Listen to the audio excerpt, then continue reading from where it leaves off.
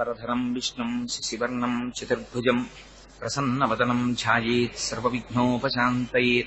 గురుర్బ్రహ్మా గురుర్విష్ణుః గురుర్దేవో మహేశ్వరః గురుః సాక్షాత్ పరబ్రహ్మ తస్మై శ్రీగురవే నమః.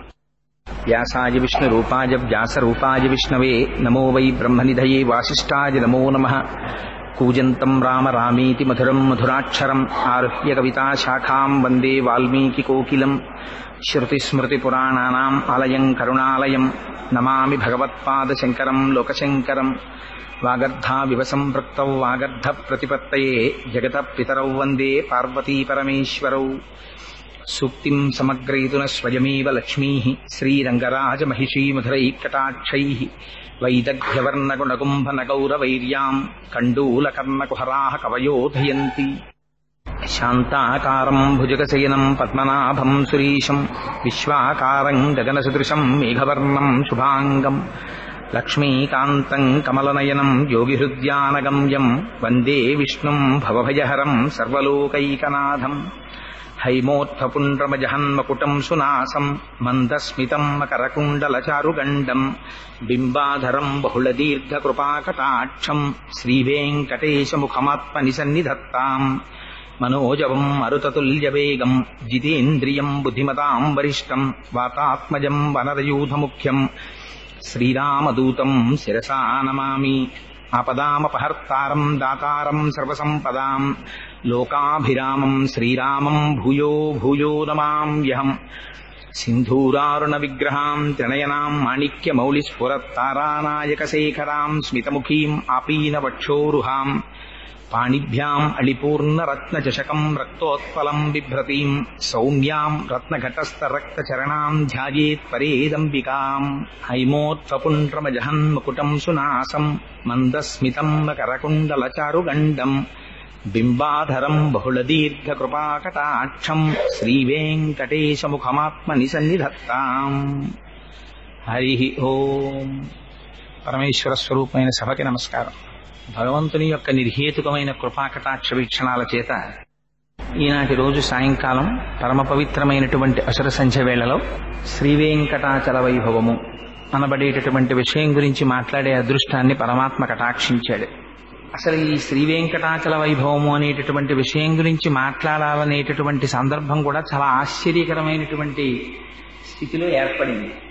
నేను ఫుడ్ కార్పొరేషన్లో ఉద్యోగం చేస్తున్న రీత్యా నాకు బ్రహ్మశ్రీ హరిప్రసాద్ గారితో చాలా కాలం నుంచి పరిచయం.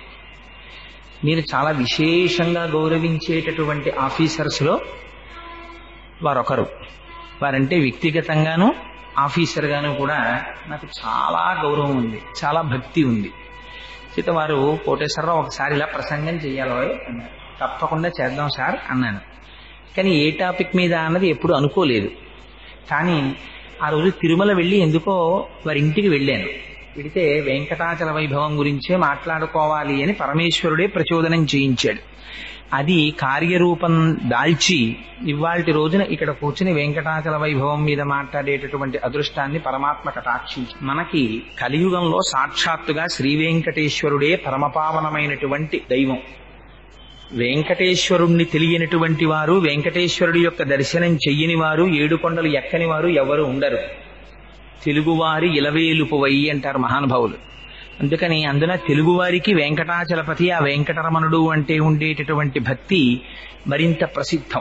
భవిష్యోత్తర పురాణం అని, ఆ భవిష్యోత్తర పురాణము, వరాహ పురాణము మొదలైనవి వెంకటాచల మహాత్మ్యం గురించి చాలా విశేషమైనటువంటి వర్ణనం చేసి ఉన్నాయి. అసలు ఆ కొండ పేరే చాలా చిత్రమైనటువంటి పేరు.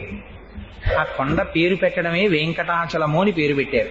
ఎంత ఆశ్చర్యకరమైన విషయం అంటే అన్నారు, అజాయమానో బహుధా విజాయతే. అసలు పరమేశ్వరుడికి జన్మనెత్తవలసిన అవసరం ఎక్కడుంది? ఆయనేం మనలా కర్మ చేసినవాడు కాడు. మనలా కర్మ ఫలితాన్ని అనుభవించడానికి పాంచభౌతికమైనటువంటి శరీరంతో రావలసిన అగత్యమున్నవాడు అంతకన్నా కాడు. మరి అటువంటి వాడు శృతంది అజాయమానో బహుధా విజాయతే. జన్మనెత్తవలసినటువంటి అవసరము లేనివాడు జన్మనెత్తుచున్నాడు అన్నది. అది తనంత తాను స్వీకరించాడైన ఒక స్వరూపాన్ని. దీని కొరకు ఇందుకు ఆయన కూడా మనలాగే కరచరణాదులతో కదలాడి ఈ కంటితో చూడడానికి సులభమైనటువంటి స్వరూపంతో తిరుగాడవలసినటువంటి అవసరం పరమాత్మకి ఎందుకు కలిగింది?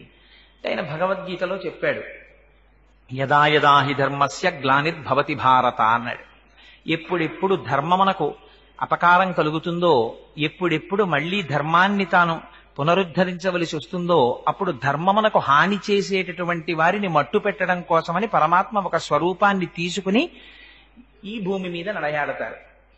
దానికి పరమాత్మ యొక్క అవతారములు ఎన్ని విశేషంగా ఉన్నా పురాణం అంటుంది, కృతేతు నారసింహో భూః త్రేతాయాం రఘునందన ద్వాపరే వాసుదేవశ్చ కలౌ శ్రీ వెంకటనాయక అంది. ఈ నాలుగు యుగాల్లో పరమోత్కృష్టమైనటువంటి అవతారాలు. ఒకటి కృతేతు నారసింహో భూః. కృతయుగంలో నరసింహావతారం పరమ ప్రఖ్యాతమైనటువంటి అవతారం. మనకి నరసింహావతారం అనుకునేటప్పటికీ మనం సాధారణంగా ఊహించేది ఏమిటంటే హిరణ్యకశిపుణ్ణి సంహరించడం కోసం వచ్చినటువంటి అవతారం నరసింహావతారం అని అనుకుంటాం. కానీ అలా కాదు. ఎందుచేత ఈ మాట అంటున్నానంటే, నరసింహావతారం రావడం వెనకాతల ఉండేటటువంటి ప్రయోజనం కేవలం దుష్ట శిక్షణ ఒక్కటే కాదు. మీరు ఎప్పుడైనా భాగవతం చదివితే అర్థం అవుతుంది. గద్దించి నిలదీశాడు హిరణ్యకశిపుడు. ఎక్కడున్నాడు రా, నువ్వు చెబుతున్న శ్రీ మహావిష్ణువు ఎక్కడున్నాడు చూపించమన్నాడు. అంటే ప్రహ్లాదుడు అన్నాడు, ఇందుకలడందులేడని సందేహము వలదు చక్రి సర్వోపగతుండు, ఎందెందు వెదకి చూచిన అందందే కలడు దానవాగ్రణి వింటే అన్నాడు. నాన్న నువ్వు చూడాలి కానీ అసలు పరమాత్మ లేని చోటు లేదు నాన్న, అంతటా ఉన్నాడు అన్నాడు. ఈ మాట అన్నారట ప్రహ్లాదుడు. ఎక్కడ నేను చూపించమని అడుగుదామా అని హిరణ్యకశిపుడు ఒక్కసారి ఇలా సభామంటపం అంతా చూసేట. అంతటా ఉన్నాడు పరమాత్మ. అంతటా ఉన్న పరమాత్మ ఏమో ప్రహ్లాదుడు అన్న మాటకి ప్రతిస్పందించిన హిరణ్యకశిపుడు ఇక్కడ ఉన్నాడా అని దేని వంక వేలు చూపిస్తాడోనని హరి సర్వాకృతులం దాల్చే, ఇది అది అని లేదుట, అన్నిటిలో నిండి నిబుడీకృతమై సిద్ధమైపోయాట. ఏమో ఎక్కడ బయటికి రమ్మంటాడో తను అక్కడి నుంచి బయటికి రావాలని. అలా అంతటా నిండిపోయినటువంటి నరసింహ స్వరూపాన్ని హరి సర్వాకృతులం కలండనచు ప్రహ్లాదుండు భాషింప, ఎందును లేడనుచు దైత్యుండు తర్జింప, శ్రీనరసింహాకృతి దాల్చిన అచ్యుతుడు నానా జంగమ స్థావరోత్కర గర్భంబులనన్ని దేశములను దండ ప్రభావంబునన్నారు పోతన గారు. ఇక్కడ అక్కడ అని కాదు, నానా జంగమ స్థావరోత్కర గర్భంబుల అన్ని దేశముల అంతటా నిండిపోయాడు పరమాత్మ. ఏమో ఎక్కడి నుంచి రమ్మంటే అక్కడి నుంచి రావడానికి సిద్ధంగా ఉన్నాడు.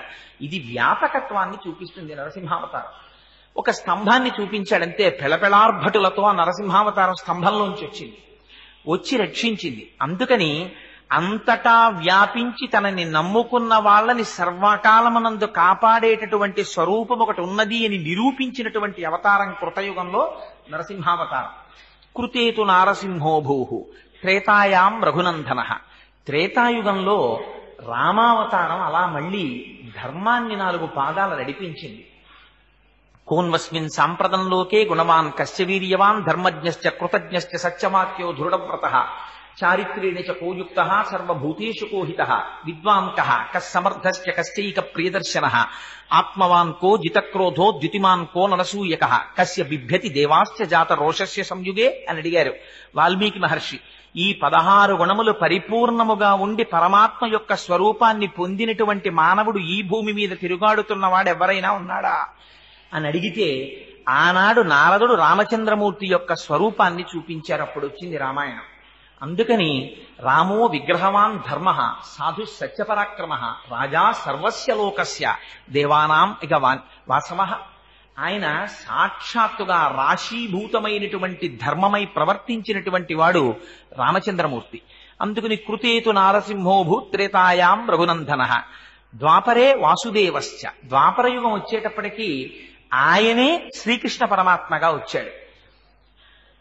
మిగిలినటువంటి అవతారాలకి కృష్ణావతారానికి ఒక్కటే ఒక గొప్ప తేడా ఉంది. మిగిలిన అవతారాల్లో పరమాత్మ తాను ఏ రూపంలో వస్తున్నానని చెప్పారో ఆ రూపంలో మాత్రమే తల్లి గర్భంలోంచి వచ్చిన తర్వాత కనపడ్డారు. కానీ కృష్ణావతారంలో వేరు. అర్ధరాత్రి వేళ అష్టమి నాటి రాత్రి అమ్మ కడుపులోంచి బయటికి వచ్చినటువంటి స్వరూపం కృష్ణావతారంగా రాలేదైన. చింటి పిల్లవాడిలా కనపడలేదు. జలధరదేహు నాజాను చతుర్బాహు సరసీరుహక్షు విశాలవక్షు జారు గదా శంఖచక్ర పద్మ విలాసు కంఠ కౌస్తుభమణి కాంతిభాను కమనీయ కటిసూత్ర కంకణ కేయూర శ్రీవత్సలాంఛనాంచిత విహారు మరుకుండల ప్రభాయుత కుంతలలలాటు వైఢూర్యమణిగణ వరకిరీటు బాలు పూర్ణేందు రుచిజాలు భక్త లోకపాలు సుగుణాలవాలు కృపావిశాలు చూచి తిలకించి పులకించి చోద్యమంది ఉబ్బి చెలరేగి వసుదేవుడు ఉత్సహించే అన్నారు పోతన గారు. శంఖ చక్ర గదా పద్మములను పట్టుకున్నవాడై నల్లటి మబ్బు ఎలా ఉంటుందో అటువంటి స్వరూపంతో మెరుపులు మెరిసిపోతూ ఆ మహానుభావుడు తల్లి గర్భంలోంచి ఆవిర్భవించి దర్శనమిచ్చారు. ఆయన ఆ అవతారం సౌలభ్యానికి మారుపేరు. మహానుభావుడు గొల్లపిల్లలతో కలిసి ఆడుకున్నాడు, పశువుల వెంట పరిగెత్తాడు. హయరింఖాముఖ ధూళి ధూరిత పరిన్యస్తాలకోపేతమై రయజాత శ్రమతోయ బిందుయుతమై రంజిల్లు నెమ్మోముతో జయముం పార్థునకిచ్చు వెట్కనని నా శస్త్రాహుతించాలనొచ్చియు బోరించు మహానుభావు మదిలో చింతింతు నశ్రాంతమున్నట్టాడు భీష్ముడు. ఎక్కడి పరమాత్మ, ఎక్కడి అర్జునుడి రథం సారథ్యం చేయడమా, పగ్గాలు పట్టుకోవడమా? యుద్ధభూమిలో ఆయన సారథ్యం చేస్తుంటే ముందు పరిగెడుతున్నటువంటి గుర్రాల యొక్క డెక్కల నుంచి పైకి రేపబడినటువంటి ధూళి వచ్చి ఆయన కుంతలముల నిండా అంటుకోవడమా? ఆయన ముఖం నిండా ధూళి చేత కప్పబడమా? స్వామి శ్రమనుంది చెమట పట్టడమా? ఉత్తరీయంతో తుడుచుకోవడానికి సమయం లేకపోవడమా? తండ్రి, నిన్ను నమ్ముకున్న వాళ్ళకి విజయం కట్టపెట్టడానికి ఎంత కష్టపడ్డావయ్యా, నీ పాదములయందు నా మనస్సు చేర్చవయ్యా అని స్తోత్రం చేశాడు భీష్మాచార్యుల వారు. అదిగో అటువంటి స్వరూపం కృష్ణావతారం. అందుకని కృతేతు నారసింహోభూ త్రేతాయాం రఘునందన ద్వాపరే వాసుదేవశ్చ కలౌ శ్రీవేంకటనాయక. కలియుగం వచ్చేటప్పటికీ ఆయనే వెంకటాచలపతిగా వచ్చారు. ఆ వెంకటాచలపతిగా రావడం చాలా చిత్రాతి చిత్రమైనటువంటి పరిస్థితుల్లో జరిగింది. ఎందుచేత ఈ మాట అంటున్నాను అంటే, స్వామివారు వైకుంఠంలో అమ్మవారితో కలిసి సంతోషంగా గడపడం కోసమని క్రీడాద్రి, ఆనందాద్రి అనబడేటటువంటి ఒక పర్వతాన్ని సృష్టించారు. కేవలం ఆయన సంకల్ప మాత్రం చేత సృష్టింపబడినటువంటి క్రీడాద్రి సర్వేశ్వరుడి విహారభూమి. లక్ష్మీదేవితో కలిసి చెయ్యి పట్టుకుని శ్రీమన్నారాయణుడి విహరించేటటువంటి ఆనంద స్థలం.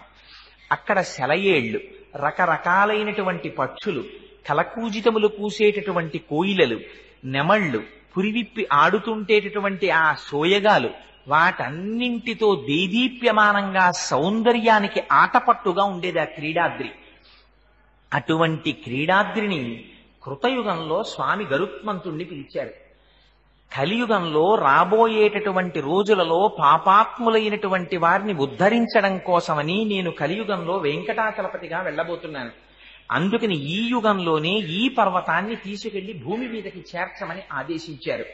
ఆనాడు గరుత్మంతుడు ఆనందాద్రిని, స్వామి విహరించినటువంటి క్రీడాద్రిని తన పక్షముల మీద వహించి తీసుకుని వచ్చి భూమికి చేర్చాడు. అదిగో అలా చేర్చబడినటువంటి పర్వతం ఉన్నదే, అదే వెంకటాచలమై ఉన్నది. అది కృతయుగంలో ఒకే పరమాత్మ అనేక స్వరూపాల్ని పొందుతూ కలియుగంలో వెంకటాచలపతి అయినట్టే ఆ పర్వతం కూడా కృతయుగం నుంచి ఉంది. కృతే వృషాద్రిం వక్షంతి త్రేతాయాం అంజనాచలం ద్వాపరే శేషశైలంతో కలౌ శ్రీవేంకటాచలం నామాని యుగభేదేన అని ఆ పర్వతానికి ఉన్న గొప్పతనం ఏమిటంటే, అది కృతయుగంలోనూ ఉంది. కృతయుగంలో ఉన్నప్పుడు ఆ పర్వతం పేరు కృతే వృషాద్రిం వక్షంతి, దాన్ని వృషాద్రి అని పిలిచారు. కృతయుగంలో వృషాద్రి అని దాన్ని పిలవడానికి ఒక రహస్యం చెప్తారు. ఆ రోజులలో వృషభాసురుడనేటటువంటి రాక్షసుడు ఉండేవాడు. ఆయన ఆ పర్వతం మీద చేరి అక్కడ ఉండేటటువంటి సెలయేటిలో స్నానం చేసి పరమ పవిత్రంగా నారసింహ సాలగ్రామాన్ని ఉపాసన చేసేవాడు. రాక్షసుడై లోకాలన్నింటినీ పీడించినప్పటికీ ఆయన చేసినటువంటి నారసింహ సాలగ్రామోపాసన చేత విశేషమైనటువంటి బల వీర్య తేజస్సులను పుంజుకున్నాడు. మహర్షులందరూ తపస్సు చేశారు.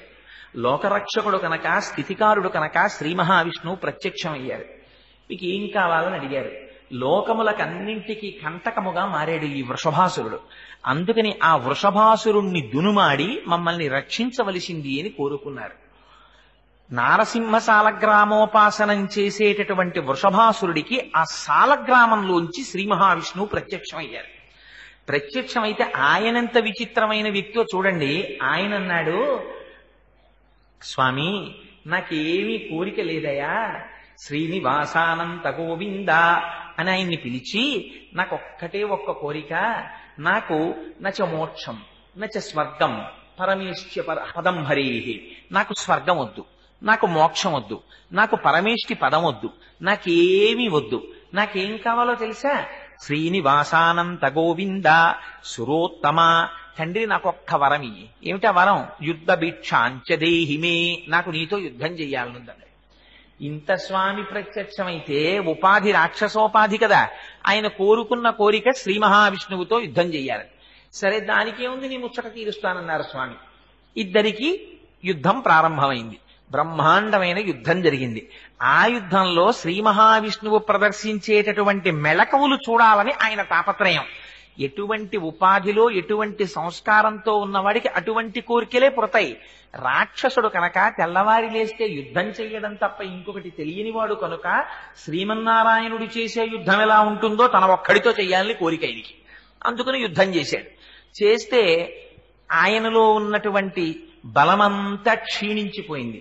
మరణించడానికి సిద్ధపడుతున్నాడు. అప్పుడు స్వామి పాదములు పట్టుకుని ప్రార్థన చేశాడు. వరం యయాచే వృషభ శైలో మధబిదోస్త్వితి, స్వామి నేను మరణించే సమయం ఆసన్నమైంది, నాకొక్క వరం ఇమ్మన్నాడు. ఏం కావాలన్నారు పరమాత్మ? ఈ కొండకి నా పేరు ఉండాలి, దీన్ని వృషభాద్రి అని పిలవాలి అన్నారు. సరే అలాగే కటాక్షిస్తున్నానన్నారు. సుదర్శన చక్రాన్ని ప్రయోగించారు. ఆ వృషభాసురుని యొక్క కుత్తుక కత్తిరింపబడింది.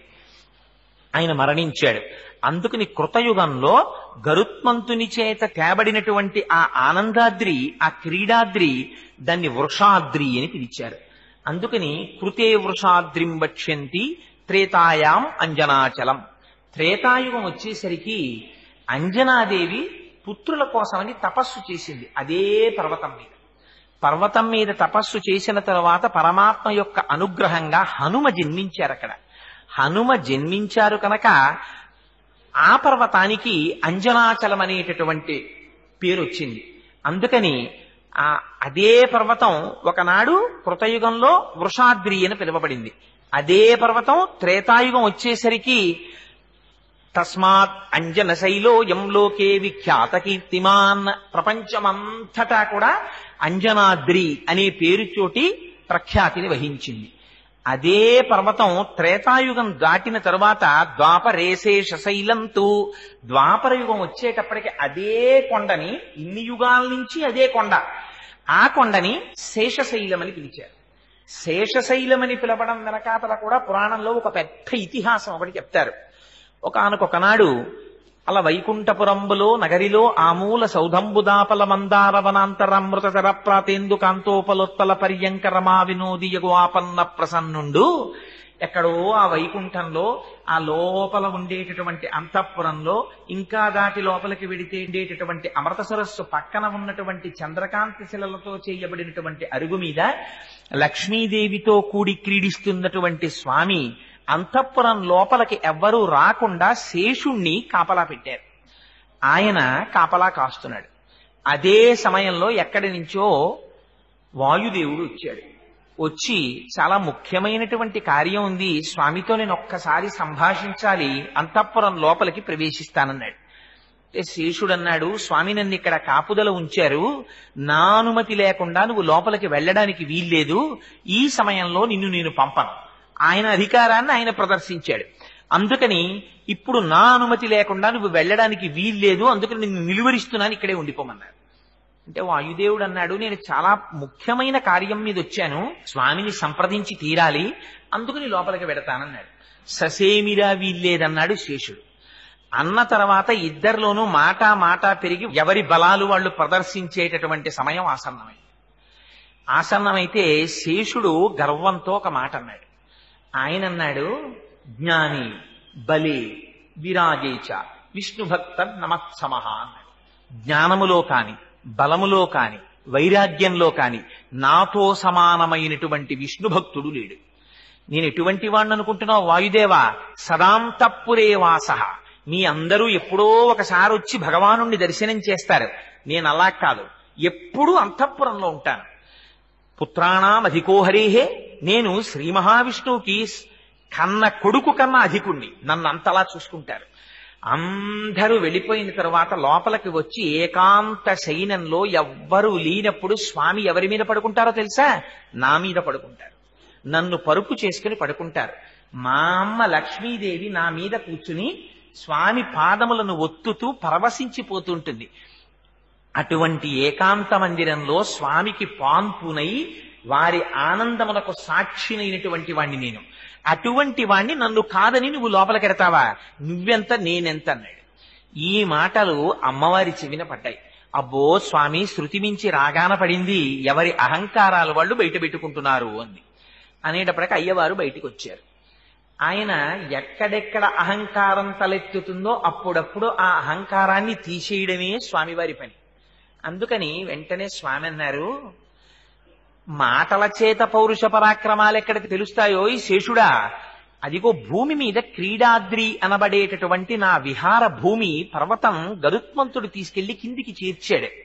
నువ్వెళ్ళి ఆ పర్వతాన్ని గట్టిగా చుట్టుకో.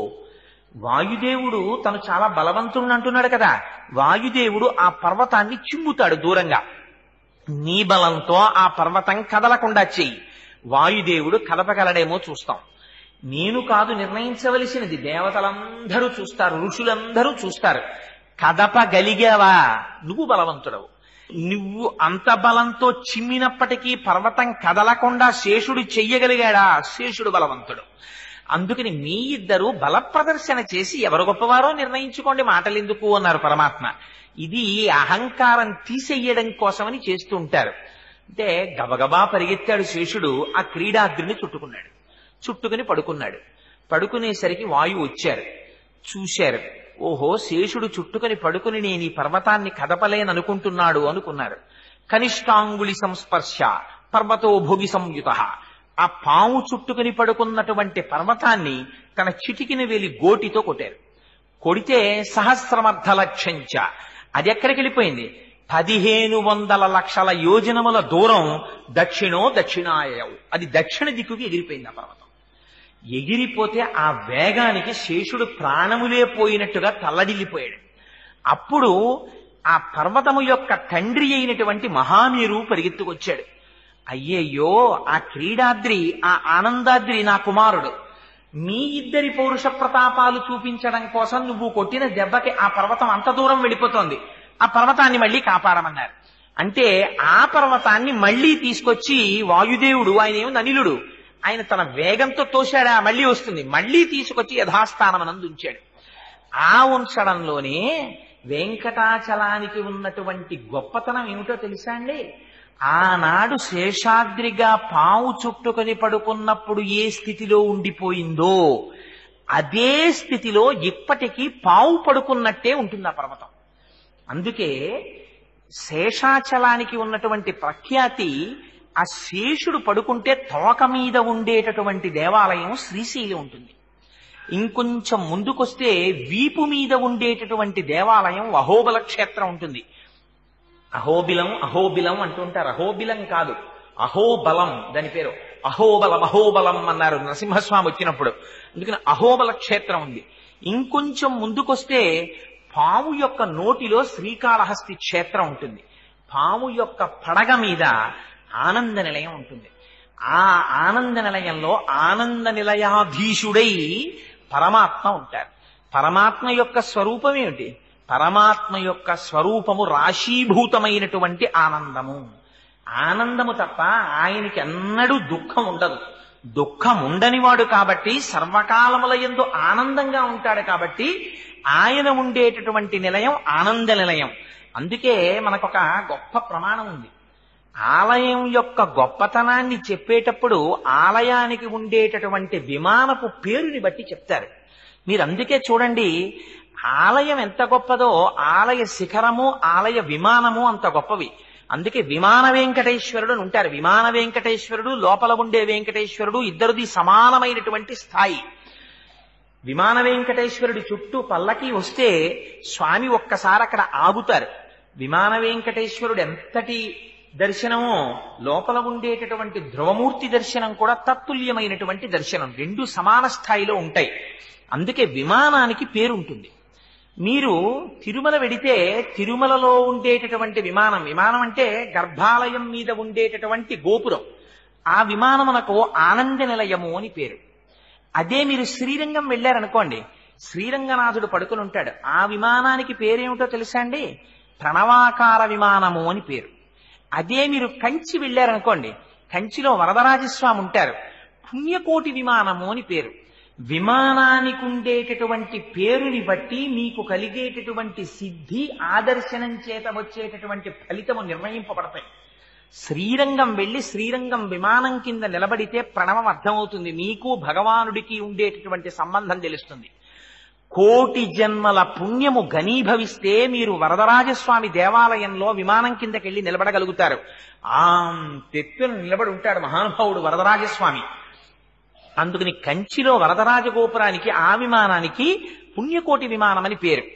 తిరుమల వస్తే ఆనంద నిలయం అనే పేరు, దానికి ఇంకొక పేరు లేదు, అది ఆనందము. అందుకే మీరు చూడండి, ఎన్ని గంటలు క్యూలో నిలబడండి, ఎన్ని రోజులు క్యూలో నిలబడండి, మీరు ఒక్కసారి వెళ్లి వెంకటేశ్వర స్వామి వారిని ఆపాదమస్తకం దర్శనం చేసేటంతటి సౌలభ్యం కలుగుతుందా? నిజానికి చూడక, చూసి తోసేవాడు, ముందుకు జరిపేసేవాడు, కేకలేసేవాడు, ఇన్నిటిలో కూడా మీరు అలా వెడుతూ ఒక్కసారి ఇలా స్వామిని పైనుంచి కిందకి, కింద నుంచి పైకి చూశారా, ఒక గొప్ప ఆనందానుభూతి ఏర్పడిపోతుంది. ఆ ఆనందంతో బయటికి వచ్చి ఇంత కష్టపడిన వాడు ఏమంటాడు? ఎంత సంతోషం అండి, ఎంత సంతోషం అండి, ఎంత ఆనందం కలిగిందో నిజంగాను, ఏమి స్వరూపం అండి వెంకటేశ్వర స్వామి వారిది, మురిసిపోయామంటారు. ఆ తిరుమల వెళ్ళిన వాళ్ళని మీరు చూడండి, మీరు ఎక్కడైనా ప్రపంచంలో ఏ దేవాలయం దగ్గరైనా మీరు అలా ఉండడం చూసారా? ఒక మాట పెడతారు, దర్శనం చేసుకుంటారు, వచ్చేస్తారు. ఇంకా ఇక్కడ దగ్గరలో చూడవలసిన ఆలయాలు అవి ఏమైనా ఉన్నాయా అండి అని అడుగుతారు. ఏదో చుట్టుపక్కల ఉన్న ఆలయాలు అవి దర్శనం చేస్తారు. తిరుమల వెళ్ళిన వాళ్ళు ఏం చేస్తారు? ఉదయం సుప్రభాత సేవ, అష్టదళ పాద పద్మారాధన, మధ్యాహ్నం ఏమో ఆర్జిత బ్రహ్మోత్సవం, సాయంత్రం సహస్ర దీపాలంకార సేవ, 4 టికెట్లు వాడి చేతిలో ఉండనివ్వండి, ఏకాంత సేవ టికెట్ కూడా దొరుకుతోంది అన్నారనుకోండి, వెళ్ళిపోడు, పరిగెత్తుకుంటూ వెళ్ళిపోతాడు. వెళ్ళిపోయి దర్శనం చేసుకుంటాడు. ఎన్ని మాటలు దర్శనం చేయనివ్వండి, చేశాం కదండి దర్శనం, ఇంకా అక్కర్లేదు లేదు. మీకు ఎవరైనా తిరుమలలో కనపడి, అయ్యా మిమ్మల్ని స్వామిని దర్శనం చేయిస్తాం వస్తారా అంటే, అయిపోయింది సార్ 3 మాటల ఇంకెందుకు లేదు, మేము చెయ్యమన్న వాడిని ఒకటి చూపించండి నాకు. అలా ఉండరు. ఎన్ని మాటలు దర్శనం చేసినా మళ్ళీ చేస్తాను, మళ్ళీ చేస్తాను, మళ్ళీ చేస్తానంటాడు. దర్శనం చేసేసి బయటికి వచ్చిన వాడిని తప్పు లేకుండా ఆపాదమస్తకం వెంకటాచలపతిని వర్ణించి చెప్పమనండి, చెప్పలేరు. ఎంత మాత్రం పొరపాటు లేకుండా పాదముల నుంచి శిరస్సు వరకు చెప్పడం చాలా కష్టం. ఎందుకో తెలుసా అండి? అలా ఎందుకు చెప్పలేమంటే అసలు అది నిలయమే ఆనంద నిలయం, అందుకని విమానం పేరు. అది సహస్రార దర్శనం. ఆ ఆనందం ఇవ్వడం కోసమని పరమాత్మ సౌలభ్యంతో ఇవ్వాల మూర్తీభవించినటువంటి సౌందర్య రాశి అయి మన కన్నుల ముందు నిలబడ్డారు. ఒకసారి దర్శిస్తే అది వాక్కుల చేత ఆవిష్కరించేది కాదు, అందుకే తిరిగి చెప్పడం కష్టం. అలౌకికమైన ఆనందాన్ని పొందేస్తారు. ఇంత చిన్న చిన్న పిల్లలు తలనీలాలు ఇచ్చేసి ఆ గుళ్లతోటి తండ్రి భుజాల మీద ఎక్కి కూర్చుంటారు. వాడు కూడా వాడికి ఏం తెలుసో అక్కడ దాకా వెళ్ళేటప్పటికి ఇలా నమస్కారం చేసేసి వెనక్కి తిరిగి చూస్తాడు తప్ప, ఏ పిల్లవాడైనా స్వామి వంక చూడకుండా వేరొక వైపు చూస్తున్న పిల్లవాడిని చూపించండి నాకు ఆనంద నిలయంలో. ఇది అపారమైనటువంటి ఆకర్షణ శక్తి. ఇది ఆనంద నిలయానికి ఉన్నటువంటి గొప్పతనం. అందుకు నా విమానం పేరు ఆనంద నిలయమే. ఆ పర్వతము పేరు కలియుగంలో వెంకటాచలమే. అందుకని ద్వాపరే శేషశైలంతు కలౌ శ్రీవేంకటాచలం. కలియుగం వచ్చేటప్పటికీ ఆ పర్వతానికి ఇంకొక పేరు పెట్టలేదు, వెంకటాచలము అని పేరు పెట్టారు. ఇప్పటి వరకు రకరకాలైనటువంటి కథల చేత ఆ పర్వతానికి పేర్లు మారాయి. కృతయుగంలో వృషభాసురుడి వల్ల మారింది, త్రేతాయుగంలో అంజనాదేవి వల్ల మారింది, ద్వాపర యుగంలో ఆ శేషుడి యొక్క కథ వల్ల మారింది. కలియుగంలోకి వచ్చేసరికి పరమాత్మ దాన్ని వెంకటాచలమనే పిలిచారు. అలా పిలవడం వెనకాతల రహస్యం ఏమిటో తెలుసా అండి? ద్వాపర యుగం పరిసమాప్తమైంది. ఇది నేను భవిష్యోత్తర పురాణంలోంచి కానీ వామన పురాణంలోంచి కానీ ఈ సంఘటన చెప్పటం లేదు. ఈ ఒక్క సంఘటన ఇప్పుడు చెప్పేది. ఇది శ్రీ గురు చరిత్రలోంచి చెప్తున్నాను. కలియుగం ప్రారంభానికి ముందు బ్రహ్మగారు కలియుగం ప్రారంభమవుతోందనగా ఈ యుగమునకు ఎవరురా అధినేత అని అడిగారు. కలిపురుషుడు అన్నారు. ఆ కలిపురుషుణ్ణి సభలో ప్రవేశపెట్టండి అన్నారు. ఆ కలిపురుషుడు సభలోకి ఎలా వచ్చాడో తెలుసా అండి? వాడు దిగంబరుడై ఎడమ చేతితో తన అవయవాన్ని పట్టుకున్నాడు, కుడి చేతితో నాలుకని చేత్తో లాగి పట్టుకుని సభలోకి వచ్చాడు. వస్తే బ్రహ్మగారు ఆశ్చర్యపోయారు. ఏమిరానికి సభా మర్యాద తెలియదా? ఇంత దారుణంగా లోపలికి వచ్చామేమిరా అని అడిగారు. అడిగితే ఆయన అన్నాడు, మహానుభావ, కలియుగంలో ఉండేటటువంటి వారందరినీ నేను ఈ రెండింటి చేతనే పతనం చేసేస్తాను. సమయాసమయములను చూడకుండా, వావివరసలు చూడకుండా, సర్వకాలములయందు మనస్సులో కామప్రచోదనమే. 2, ఎంత తిన్నా రసాంకురము చేత తాదాత్మ్యతే. ఎప్పుడూ నాలుక మీద దృష్టి, ఎప్పుడూ కామమునందు దృష్టి. ఈ రెండిటి చేత మనుష్యుల్ని భ్రష్టుల్ని చేస్తాను. అందుకని కలియుగంలో నేను ఇలా వెడుతున్నాను, ఇలా మీ సభలో ప్రవేశించానన్నారు. సరే, ఇది నీ ధర్మం కనుక నువ్వు అలాగే బయలుదేరు అన్నారు. అందుకని కలిపురుషుడి యొక్క శక్తి అటువంటిది. మనం అడిగామండి వెళ్ళి, స్వామి ఇలా వస్తున్నాడయ్యా కలిపురుషుడు, మమ్మల్ని మేము రక్షించుకోగలమా? 5 ఇంద్రియములు ఉన్నాయి మాకు, ఒక్కొక్క ఇంద్రియం ఉంటేనే ఒక్కొక్క జాతి నశించిపోతోంది. ఇంకా 5 ఇంద్రియాలున్న వాళ్ళం పతనమైపోతాం తండ్రి, మమ్మల్ని ఎవరు రక్షిస్తారని మనం ఏమైనా అడిగామా పరమాత్మని? మనం అడగకపోయినా విచిత్రం ఏమిటో తెలుసా అండి? దీని గురించి మొట్టమొదట బాధపడిన వారు చతుర్ముఖ బ్రహ్మగారు బాధపడ్డారు. ఒకనాడు నారదుణ్ణి పిలిచి, అసలు కలియుగం ప్రారంభమైందిరా, ద్వాపర యుగం అయిపోయింది, ఒక్కసారి కలియుగానికి వెళ్ళి కలియుగంలో ఉండేటటువంటి ప్రజలు ప్రధానంగా ఎలా ఉన్నారు, దేని చేత బాధపడుతున్నారో చూసిరా అన్నారు. అంటే ఆయన వచ్చి వెంటనే తండ్రి గారితో చెప్పిన మాట ఏమిటో తెలుసా అండి? మొదటి మాట చెప్పాడాయన, కమలాక్షు నర్చింపక అనక కామముతోడి కామాక్షితోడి పొద్దు గడుపువాడు. నాన్న, కలియుగంలో మనుష్యులు ఎలా ఉన్నారో తెలుసా? అసలు సర్వేశ్వరుడు ఒకడున్నాడు, వాడు నియమించి శాసించేవాడు. వాడి దగ్గర కూర్చుని కాసేపు వాడికి నమస్కారం చేద్దామనేటటువంటి భావన ఉన్నవాళ్లే తగ్గిపోయారు. ఎంతసేపు సమయం గడిపినా ఉన్న ఒకే ఒక్క సంతోషం మనిషికి ఏమిటో తెలుసా? ఎంతసేపు స్త్రీ. భార్యని ముద్దులాడుకుంటూ, భార్యని పొగుడుకుంటూ, భార్యతో జీవితం గడపడం, కామాతురతతో సమయాన్ని నశింప చేసుకోవడం. మొట్టమొదట ఇలా భ్రష్టులైపోతున్నారు. రెండవది, రాజీవలోచను పూజింపనొల్లక రాజప్రభువను శుభ్రమయువారు. తనని ఉద్యోగంలో నియమించిన వాడొకడు ఉంటాడు. వాడు తనకి ఒక 4 రూపాయలు ఇస్తున్నాడు కనుక వాడి యందు యోగ్యతాయోగ్యతలు ఉన్నా లేకపోయినా పొగట్ట వాడిని భ్రష్టు పట్టిస్తుందని తనకి తెలిసినా, పొగడబడడానికి కావలసినటువంటి యోగ్యత ఆయన యందు లేదని తెలిసినా, భగవంతుని దగ్గర కూర్చుని ఒక్క స్తోత్రం చెప్పడం చేత కాకపోయినా నేర్చుకుని వెళ్లి 4 రూపాయలు ఇస్తున్నారని ప్రభువుల్ని పొగుడుతున్నారు నాన్న. ఇవాళ కలియుగంలో వచ్చిన రెండో భ్రష్టత్వం అది. మూడవ భ్రష్టత్వం ఏమిటో తెలుసా నాన్న? శ్రీనాథు సేవింపనొల్లక శ్రీమంతులయ్యుండ తలుచువారు. ఎవ్వరికి అసలు లక్ష్మీనాథుడైనటువంటి శ్రీనాథుణ్ణి కొలిచి ఆయన అనుగ్రహంతో ఐశ్వర్యాన్ని పొందుదామన్న కోరిక ఎవ్వడికీ లేదు. ప్రతివాడికి ఉండే కోరిక ఏమిటంటే, ఎలా డబ్బు సంపాదిద్దాం, ఎలా డబ్బు సంపాదిద్దాం, ఎలా డబ్బు సంపాదిద్దాం.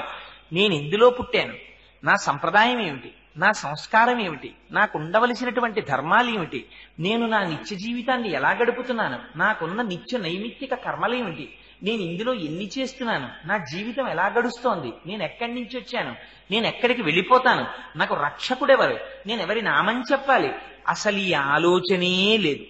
ఉన్నదల్లా ఆలోచన ఏమిటో తెలిసానన్నా, ఎంత సంపాదిద్దాం, ఎంత సంపాదిద్దాం, ఎంత సంపాదిద్దాం, అంతే. ఇది కలి యొక్క విశేషమైనటువంటి ప్రభావం. నారాయణుని చేరు దారి కానరాక అధముల నోట పడెడివారు. నారాయణుడనేటటువంటి వాడు ఒకడున్నాడు, ఆయన్ని సేవిద్దామనేటటువంటి ఆలోచన ఒక్కరికి లేదు.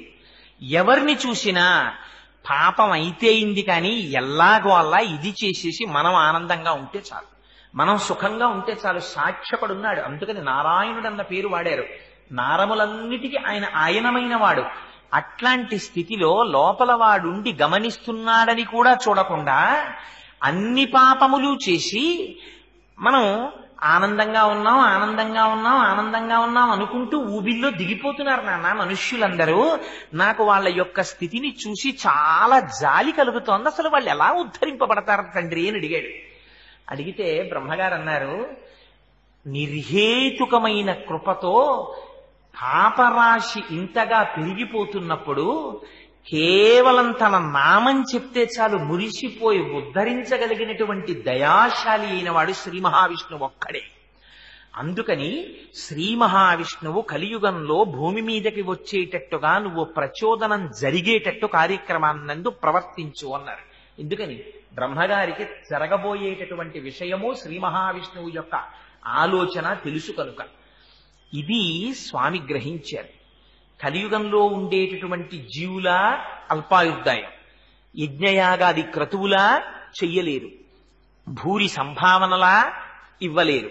పూజాదికములు నిర్వహిద్దామంటే ఆ పూజాదికములు అసలు ఎలా చెయ్యాలో కూడా సరిగ్గా తెలియదు, ఆచార వ్యవహారములు తెలియవు, సంప్రదాయములు తెలియవు. ఇటువంటప్పుడు వీళ్ళెలా ఉద్ధరింపబడతారు? అందుకని ఇది వెంకటేశ్వరుడి యొక్క వైభవం, వెంకటాచలమునకున్న వైభవం, శ్రీ మహావిష్ణువు యొక్క దయ ఇక్కడుంది. ఆయన ఒక మిష పెట్టాడు, భృగువులో ప్రవేశించాడు. అది మీకు పద్మావతి శ్రీనివాసుల పరిణయం చెప్పినప్పుడు ఆ భృగువు యొక్క వృదంతం చెప్తాను. భృగువుని అడ్డుపెట్టి శ్రీ మహావిష్ణువు నడిచొచ్చి వెంకటాచలం మీద కూర్చున్నారు. ఆ కూర్చోవడం చేత దాన్ని వెంకటాచలం చేశారు. వెంకటాచలము అని దాన్ని పిలవడం వెనకాతల ఉన్న రహస్యం ఏమిటో తెలుసా అండి? కలవు నామస్మరణ. మీరు యజ్ఞం చెయ్యలేరు, యాగం చెయ్యలేరు, మీరు పెద్ద పెద్ద క్రతువులు చెయ్యలేరు, సరిగ్గా కూర్చుని పూజే చెయ్యలేరు. మీరంటే మీరని కాదు, నా వంటి వాడి గురించి మహానుభావుడు చంద్రశేఖర పరమాచార్యులు వారు అంటుండేవారు, కలియుగంలో 18 సెకండ్లు పరమాత్మ పాదముల యందు ఎవరైనా మనస్సుని నిలబెట్టగలిగితే వాడు ముఖ్యువే అనేవాడు. 18 సెకండ్లు నిలబెట్టలేం మనస్సుని మనం. మనస్సు చంచలమై కదిలిపోతుంటుంది. సదా మోహాటవ్యాం చరతి యువతీనాం కుచగిరు నటత్యాశాఖా స్వటతి జడితి స్వైరమభిత కపాలిన్ విక్షోమే హృదయకపి మధ్యంత చపలం దృఢా భక్త్యా బధ్యావా శివభవదధీనం కురు విభో అంటారు శంకర భగవత్పాదులు.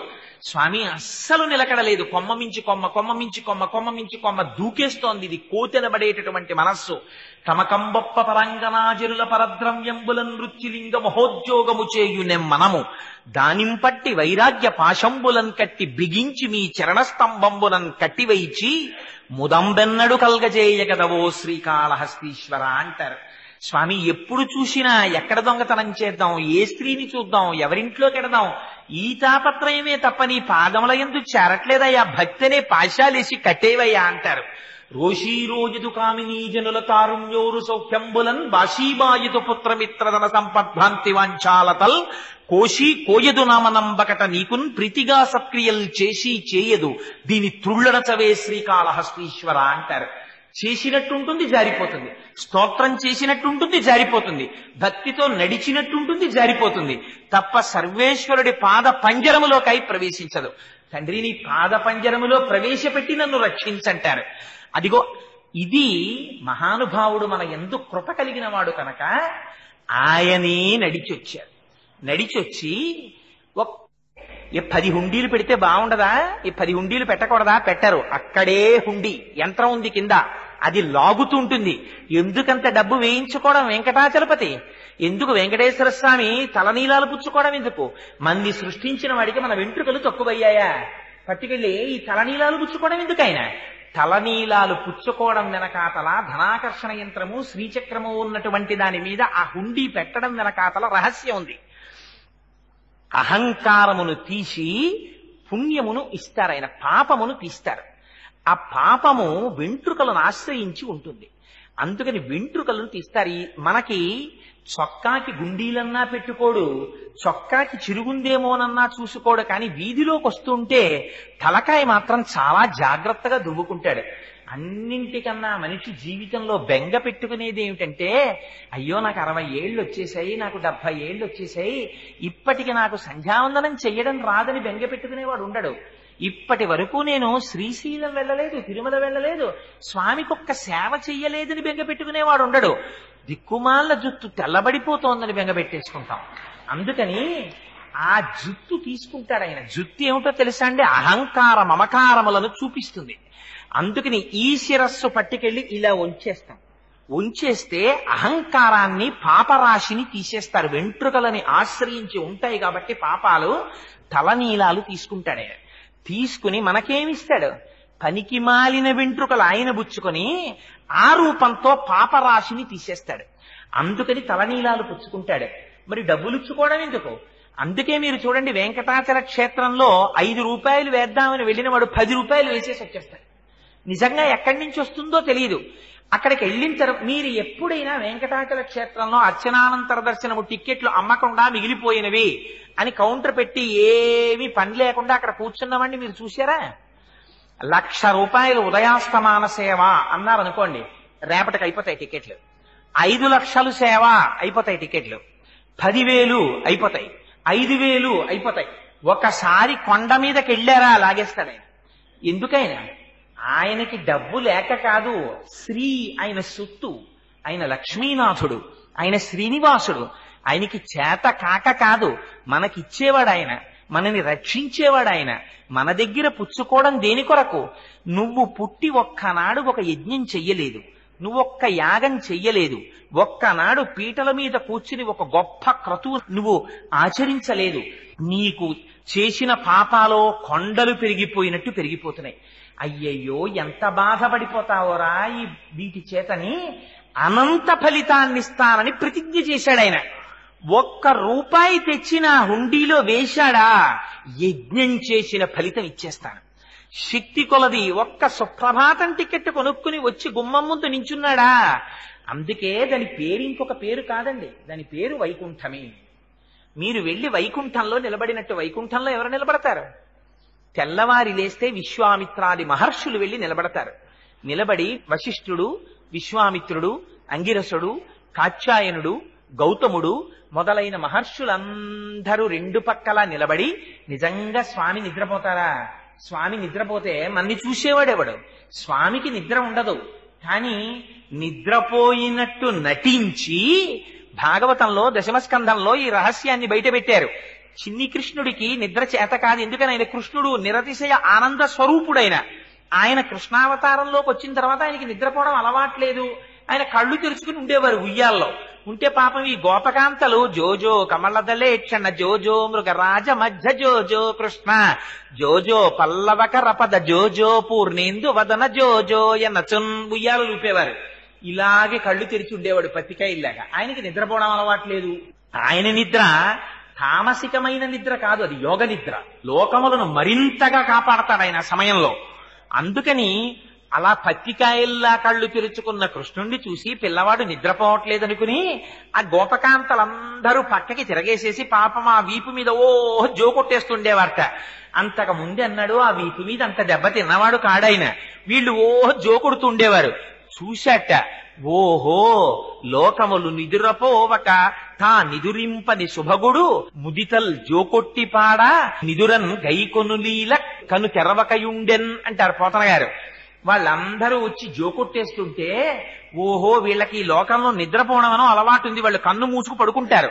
నాకు కన్ను మూసుకోవడం అలవాట్లేదు, నేను కన్ను ముయ్యట్లేదని వీళ్ళు ఇలా కొట్టేస్తున్నారు వీపు మీద, అందుకని నేను నిద్రపోయినట్టు కాసేపు రెప్పలు మూసేస్తాను. మూసేస్తే వీళ్ళు నేను పడుకున్నాననుకున్న వదిలేస్తారని చెప్పి నిద్ర అలవాటు లేనివాడు నిద్రపోయినట్టు నటించాడు కృష్ణావతారంలో. అందుకని స్వామి నిజంగా నిద్రపోతాడా? నిద్రపోడు. కానీ ఆ వైభవాన్ని మీకివ్వడం కోసం. అందుకని మీరు వెళ్ళి తెల్లవారుజామున 3 గంటలకు అంతకు ముందు ఎన్నడూ ఎవ్వడు ఎంతమంది ఉంటారు చెప్పండి? నిజంగా గుండెల మీద చెయ్యేసుకుని మనం ఆలోచిద్దాం. సంవత్సరంలో తెల్లవారుజామున 2:30 గంటలకి లేచి గబగబా తలస్నానం చేసి, అందులో తనొక్కడు కాడు, తను తన భార్య చిన్న పిల్లలు కూడా స్నానం చేసేసి పిల్ల పాప గబగబా పట్టుపంచ కట్టుకుని ఆవిడో పట్టు చీర కట్టేసుకుని ఆ చీకట్లో పూజా మందిరంలోకో గుడి దగ్గరకో వెళ్ళి స్వామి స్వామి స్వామి అని నమస్కారం చేస్తూ మనం నిలబడతామా? ఒక్క రోజు నిలబడం. కానీ మనకి ఫలితం ఇవ్వడం కోసమని ఆయన అనుగ్రహం కలిగిన నాడు సుప్రభాతం టికెట్ మన చేతిలో పడేస్తాడు. ఆనాడు దాని మీద రిపోర్టింగ్ టైం ఎట్ వైకుంఠం 2:00 అని రాస్తాడు. 2 గంటలకి మీరు నిద్ర లేవలసింది. 1:30కో అలారం పెట్టుకుని నిద్ర లేచి స్నానం చేసి అక్కడికి వెళ్ళి మీరు నిలబడ్డారనుకోండి, గడియారం టక్ టక్ టక్ టక్ అని తిరిగి 3 మీదకి వస్తుందంతే. కౌసల్యా సుప్రజా రామ పూర్వా సంధ్యా ప్రవర్తతే ఉత్తిష్ట నరశార్దూల కర్తవ్యం దైవమాన్నికం అంటారు. ఆనాడు విశ్వామిత్రుడు నిద్రపోతున్నటువంటి రామలక్ష్మణుల్ని నిద్రలేపాడు. ఆ భాగ్యం ఇవాళ ఏమైంది? ఇంతమంది మహర్షులతో కలిసి మీ అందరూ వెళ్లి ఆ వెంకటాచలంలో ఇలా నిలబడితే అది వైకుంఠం. అందుకే దానికి ఇంకొక పేరు లేదు. అది క్రీడాద్రి, అది ఆనందాద్రి. మీరు అక్కడికి వెళ్ళి ఇలా నిలబడ్డారనుకోండి, మీకు చేత కాదు పోని చదవడం, అది కూడా విడిచిపెట్టేశాడు పరమాత్మ. ఎంత దయాళువో చూడండి. వీడికి నాకు సుప్రభాతం పలకడం కూడా చేత కాదు. సుప్రభాతం పలకడానికి వెళ్ళేటటువంటి వాడు సుప్రభాతానికి ముందు ఉండేటటువంటి వాతావరణాన్ని తన మనస్సులో బాగా అనుభవించి వెళ్ళాలి. ఎందుకని ఒక్కసారి ఆ కొండల మించి పైకెక్కితూ వెళ్లేటప్పుడు ఉన్మీల్య నేత్ర యుగముత్తమ పంచరస్తాహ పాత్ర వశిష్టక దళీప లపాయసాని భుక్త్వా సలీలమదకేళి శుకాపటంతి శ్రీవేంకటాచలపతే తవ సుప్రభాతం అంటారు. స్వామి స్వామి అదిగో చూసావా, చెట్ల మీద చిలకలన్నీ నిద్రలేచాయి. లేచి ఆ చిలకలన్నీ అరుస్తున్నాయి. మంచి మంచి పళ్ళని కొరికి తను తింటూ తన భార్య నోటిలో పెడుతోంది. అవన్నీ నాకు వినపడుతున్నాయి. ఇవన్నీ చెప్పినా ఆయన నిద్ర లేవట్లేదని అన్నింటికన్నా గొప్ప గుణం ఒకటి చెప్తాం మనం అక్కడ. ఒక గొప్ప సంకేతం చెప్తాం. యోషా గణీన వరదగ్ని విమధ్యమానే ఘోషాలయేషు దిమంధన తీవ్ర ఘోషా రోషాత్ కలిం విదధతే కకుభశ్చ కుంభాః శ్రీవేంకటాచలపతే తవ సుప్రభాతం అంటాం. స్వామి నీకు గుర్తుందా, నువ్వు కృష్ణావతారంలో వచ్చావు. ఏమీ తెలియనటువంటి ఆజ్ఞులైన గోపకాంతల మధ్యలో ఉన్నావు. ఆనాడు క్రేళ్ళురికి మసలలేగలు మల్లడిగు నిరంకెలిడియ మద వృషభంబుల్ పెళ్ళున ముదుగుల పొదుగుల చల్లించన్ పాలు బాలు సంభవ వేళన్. నువ్వు పుట్టావని ఆవులు కడవల కొలది పాలు ఇచ్చేస్తే పాపం మీ అమ్మ యశోద పెద్ద పెద్ద కడవలు తీసుకెళ్లి స్తంభం దగ్గర పెట్టి తాడేసి బలంగా కవ్వాన్ని అందులోకి దింపి అది గడ్డ పెరుగు.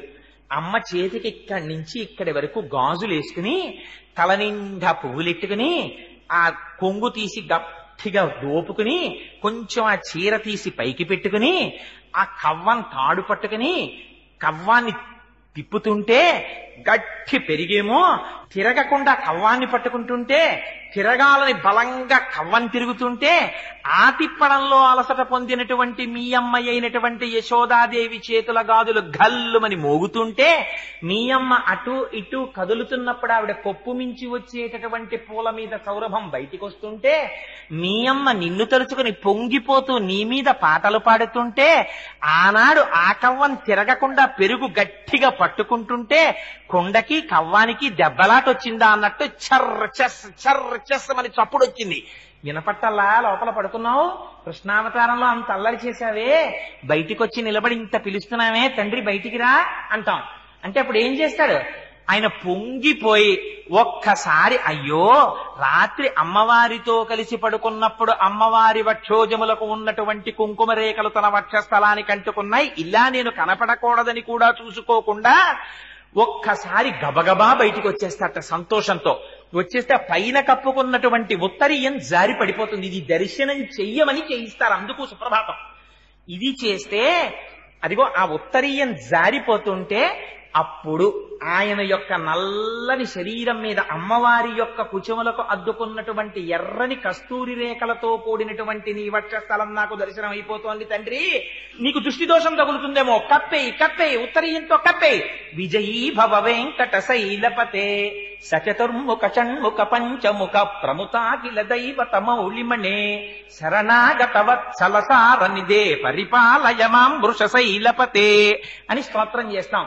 తండ్రి నువ్వు శరణాగత వత్సల సారనిధే, అక్కడికొచ్చి గోవిందా గోవిందా గోవిందా అన్నామని అమ్మతో కలిసి ఆ వక్షస్థలం చూపించకూడని రీతిలో ఉత్తరీయం జారిపోతుండగా వచ్చేసావా అని దర్శనం చేసి పొంగిపోతే, ఏం పర్వాలేదురా, నువ్వేం చెప్దాం అనుకుంటున్నావో చెప్పు అని నిలబడి తను కూర్చుంటే వచ్చినవాడు కనపడడేమో అని కూర్చోను కూడా కూర్చోడు మహానుభావుడు, నిలబడి దర్శనమిస్తే పొంగిపోయి ఆయన యొక్క సౌజన్యానికి, స్వామి ఇంకా నా జీవితంలో ఇంకొక చోటికెళ్ళను, అజ్ఞానినా మయా దోషాన శేషాన్ విహితాం హరే క్షమస్వత్వం శేషశైల శిఖామణే. ఎన్ని దోషాలు చేశానో తండ్రి క్షమించవయ్యా క్షమించవయ్యా ఆయన పాదాల మీద పడిపోతాం. అందుకని ఒక్క సుప్రభాతం టిక్కట్టును అడ్డు పెట్టి తెల్లవారుజామున లేపి తన సన్నిధానంలో నిలబెట్టి మీరు నించున్నారనేటటువంటి పుణ్యాన్ని 10 మాటలు గుండెలు బాధేసుకుంటాట. వాడు నా కోసమని ఒక రాత్రి లేచిపోయాడు తెలుసా, తలస్నానం చేసేశాడు శీతాకాలంలో, 1 గంటకు వచ్చేశాడు, నా గుళ్ళో నిలబడ్డాడు, లోపలికి వచ్చాడు, సుప్రభాతం పాడుతుంటే ఇలా నమస్కారం పెట్టాడు, నిద్ర వస్తుంటే పాపం ఆవలింతలొచ్చినా కన్ను పడిపోకుండా అలా నించున్నాడు. ఆ తర్వాత నాకు దర్శనం ఇస్తే నా దర్శనం చేసుకుని పొంగిపోతూ ఇంటికి వెళ్ళిపోయాడు. వాడికి నేనేమివ్వగలను అని పొంగిపోతాట అని అంత సులభ సాధ్యుడై 1 రూపాయి తను పుచ్చుకుని మీ పాపరాశిని ధ్వంసం చేస్తానని ప్రతిజ్ఞ చేసి వచ్చిన వాడు కనుక ఆయనకి వెంకటాచలపతి, ఇంకొక పేరు పెట్టలేదు. అలా చేశాడా అండి అసలు? మరి అలాంటి కొండ పెట్టిన తర్వాత అలా జరిగిందా అని మనకు అనుమానం వస్తుందని పెద్దలు ఒక గొప్ప ఆఖ్యానం చెప్తారు. దానికి అసలు వెంకటాచలం అన్న పేరు రావడం వెనకాతల ఉన్న కథ చెప్తారు. అది పరమపావనమైనటువంటి కథ. అందులో పురాణాంతర్గతంగా వ్యాస భగవానుడు చెప్పినవి ఏవీ కల్పితములు అబద్ధములు ఉండవు. పూర్వకాలంలో పురంధరో నామ సోమయాజీ దృఢవ్రత, పూర్వకాలంలో పురంధరుడు అనబడేటటువంటి ఒక సోమయాజి ఉండేవాడు. ఆయన త్రికాల సంధ్యావందనం చేసేవాడు. భగవంతుణ్ణి అర్చించడం, ఇంట్లో నిత్యాగ్నిహోత్రం, దొరికిన దానితో తృప్తిగా జీవితాన్ని గడుపుకోవడం తప్ప వేరొకటి తెలియనటువంటి మహాభక్తుడు. అటువంటి వాడికి చాలా కాలం సంతానం కలగలేదు. భగవంతుణ్ణి అర్చించాడు. చిట్ట చివరికి దైవేన పూర్వపుణ్యేన వృద్ధోస్యాస్య సుతోభవత్, బాగా వృద్ధాప్యం వచ్చేస్తున్నటువంటి సమయంలో ఒక కుమారుడు జన్మించాడు. ఈయన సాక్షాత్తుగా లక్ష్మీయుతుడైనటువంటి శ్రీనాథుడే నా ఇంటికొచ్చాడనే సంతోషంతో మాధవుడు అని పేరు పెట్టుకున్నాడు. మా అంటే లక్ష్మీదేవి, ధవుడు అంటే లక్ష్మీదేవి భర్త, అందుకని మాధవుడని పేరు పెట్టుకున్నాడు. ఆ పిల్లవాడు తండ్రి చేసుకున్నటువంటి పుణ్య విశేషమో భగవంతుని అనుగ్రహమో, అన్ని వేదాలు నేర్చుకున్నాడు, శాస్త్రాలు నేర్చుకున్నాడు, పురాణాలు నేర్చుకున్నాడు, నిత్యాగ్నిహోత్రీకుడు, చాలా జాగ్రత్తగా జీవితాన్ని పరమ పవిత్రంగా గడుపుతున్నాడు. అటువంటి పిల్లవాడికి ఒక రోజున అకస్మాత్తుగా ఎటువంటి వాడు భ్రష్టపట్టేటటువంటి సమయం వచ్చిందా? వ్యాసుడు దేవీ భాగవతంలో చెప్తాడు, కాలోహి బలవాన్ కర్త సతతం సుఖదుఃఖయోహో నరాణాం పరతంత్రాణం పుణ్య పాపానుయోగత అంటాడు. పతనమయ్యే సమయం వచ్చిందా కాలస్వరూపంతో బుద్ధిని ప్రచోదనం చేసి పడగొట్టేస్తుంది. అందుకే మాకురు ధనజన యవ్వన గర్వం హరతి నిమీషత్ కాలస్సర్వం మాయామయమిదమఖిలం హిత్వా బ్రహ్మపదం త్వం ప్రవిశ విదిత్వా అంటారు శంకరాచార్యుల వారు. ఇందుకురాల గుండెలు చూపించుకుని మురిసిపోతావు నేనని ఇవన్నీ ఉంటాయనుకుంటున్నావా? ఈ యవ్వనం, ఈ ఐశ్వర్యం, ఈ మదం ఇవేముండవు. కాలస్వరూపంలో తీసేస్తాడు పరమాత్మ. తీసిన నాడు బాధపడతావు. అందుకని ఆయన పాదములు పట్టి నిలబడంటారు. అందుకని అంతటి మాధవుడికి ఎంత విచిత్రమైన కోరిక కలిగిందంటే, పట్ట పగటి వేళ మహాపతివ్రత అయినటువంటి భార్య, సూర్యుడు ప్రకాశిస్తుండగా మిట్ట మధ్యాహ్నం ఒక రోజున భార్యా సంగమాన్ని అపేక్షించి భార్యని వెళ్లి అడిగాడు, నీతో సంగమించాలని నాకు కోరికగా ఉంది అని. అంటే ఆవిడంది, తత్రాపి దివస క్రీడా అయుక్తం మునయో విదుహు నికేతనే పితామాత అగ్నిహోత్రంచ దేవరాట్. ఆవిడ ధర్మం చెప్పింది. ఎంత పాపపు పనికి ఇవాళ నీ మనస్సు ప్రచోదనమైందయా? సూర్యుడు ప్రకాశిస్తుండగా మనుష్య జన్మనెత్తి యజ్ఞోపవీతం వేసుకుని సంధ్యావందనం చేస్తూ ఇంట్లో తల్లిదండ్రులున్నారని చూడకుండా, ఇంట్లో దేవతార్చన సంపుట ఉందని చూసుకోకుండా అగ్నిహోత్రాలు వెలుగుతున్నాయి, మధ్యాహ్నం వేళ భార్యా సంగమం కోరుతున్నావా? పరమ పొరపాటు. సూర్యాస్తమయం అయిన తరువాత చీకటి పడితే కాని భార్యా సంగమం చెయ్యకూడదు, ఓర్చుకోమందావిడ. అంటే ఆయన అన్నాడు, అంటే కలియుగం ప్రవేశించింది, ఎటువంటి వారిని కూడా భ్రష్టు పట్టిస్తున్నాడు కలిపురుషుడు, అందుకని చూపించారు మాధవుడి జీవిత చరిత్ర. ఆయన అన్నాడు, తీవ్రమైన కోరిక పుట్టిన నాడు దానిని ఉపశమింప చేయడం సాధ్యం కాదు. అగ్నిహోత్రం ఒక పక్క నుంచి ప్రజ్వరిల్లుతుంటే సాయంకాలం దాన్ని ఆర్పుతానని ఎవడైనా ఉపేక్షిస్తాడా? ఆర్పవలసిందే అన్నాడు. ఆవిడంది, ఈ పాపానికి ఒడిగట్టకు, ఇంట్లో నికేతనే పితామాత, అమ్మా నాన్నగారు అత్తమామలు ఉన్నారు, అగ్నిహోత్రం ఉంది, దేవతార్చన సంపుటం ఉంది. ఇంతకు ముందు ఎన్నడూ నేను ఇటువంటి కోరిక వినలేదు.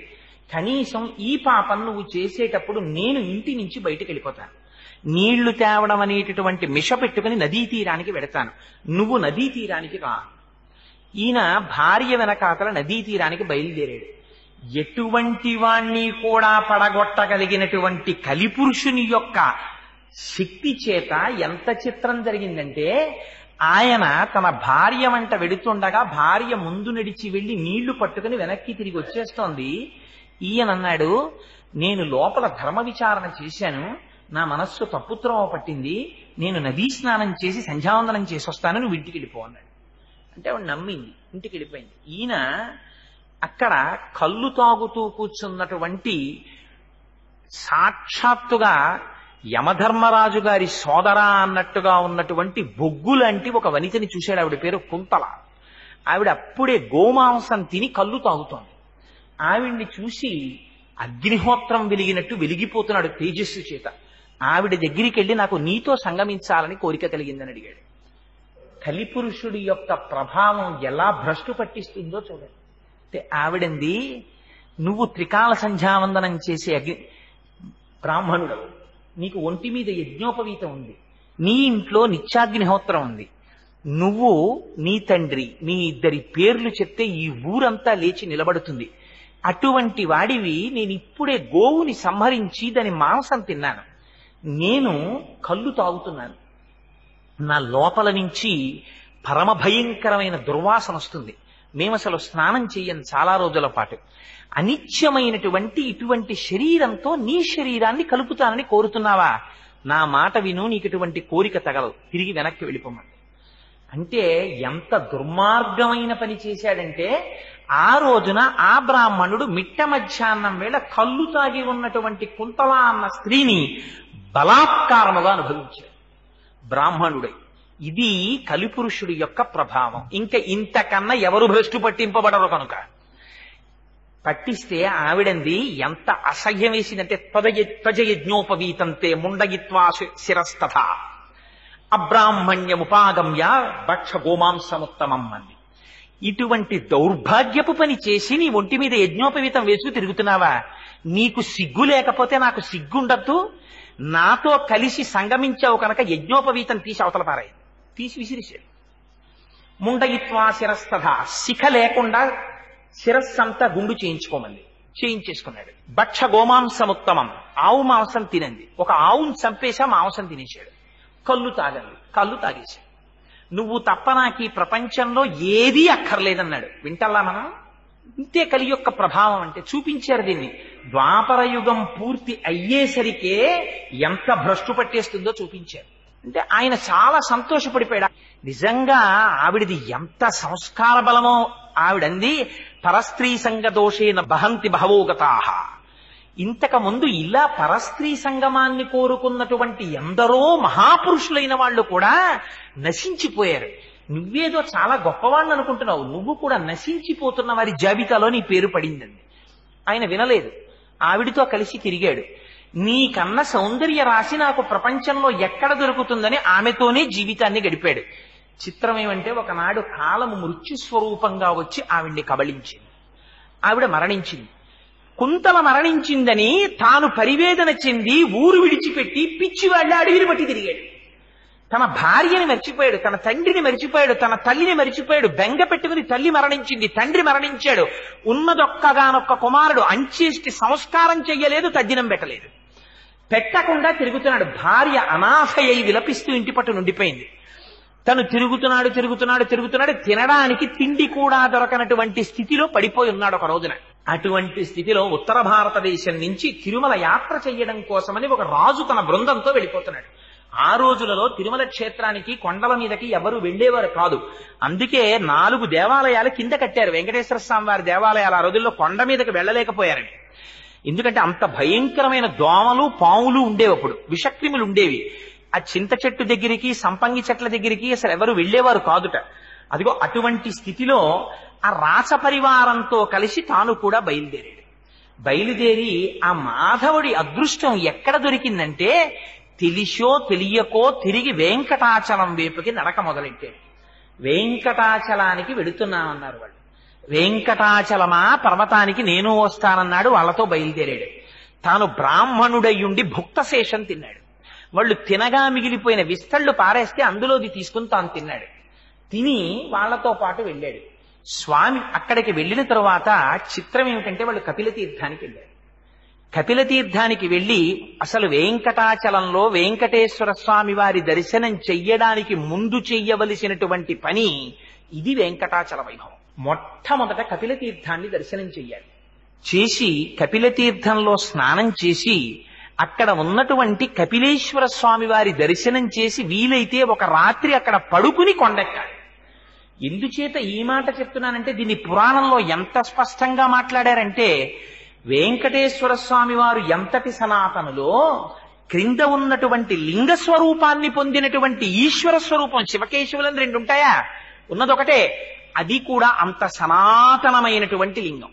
ఎందుచేత ఈ మాట నేను చెప్తున్నానంటే పురాణంలో అంటారు దాని గురించి, పాతాళే పూజితం లింగం కపిలేన మహాత్మన యత్ లింగం. అదే శివలింగాన్ని తీసుకొచ్చి మళ్ళీ భూమి మీదకి వచ్చింది. అది ఎంత చిత్రంగా వచ్చిందంటే ఒకానొకప్పుడు కృతయుగంలో ఆ శివలింగాన్ని పాతాళంలో కపిల మహర్షి పూజ చేసేవారు. ఆ శివలింగం కపిల మహర్షి అప్పుడప్పుడు భూమి మీదకి సొరంగ మార్గంలో బయటికి వస్తుండేవారు. ఈ శివలింగం పెరగడం మొదలుపెట్టింది. పెరగడం మొదలెట్టి పాతాళంలోంచి పైకొచ్చి భూమిని ఛేదించుకుని పైకొచ్చింది. పైకి వస్తే త్రేతాయుగంలో దాన్ని అగ్నిహోత్రుడు పూజించాడు. అందుకని దానికి అగ్నిలింగం అని పేరు. అదే లింగాన్ని ద్వాపర యుగంలో సుదర్శన చక్రం పూజ చేసింది.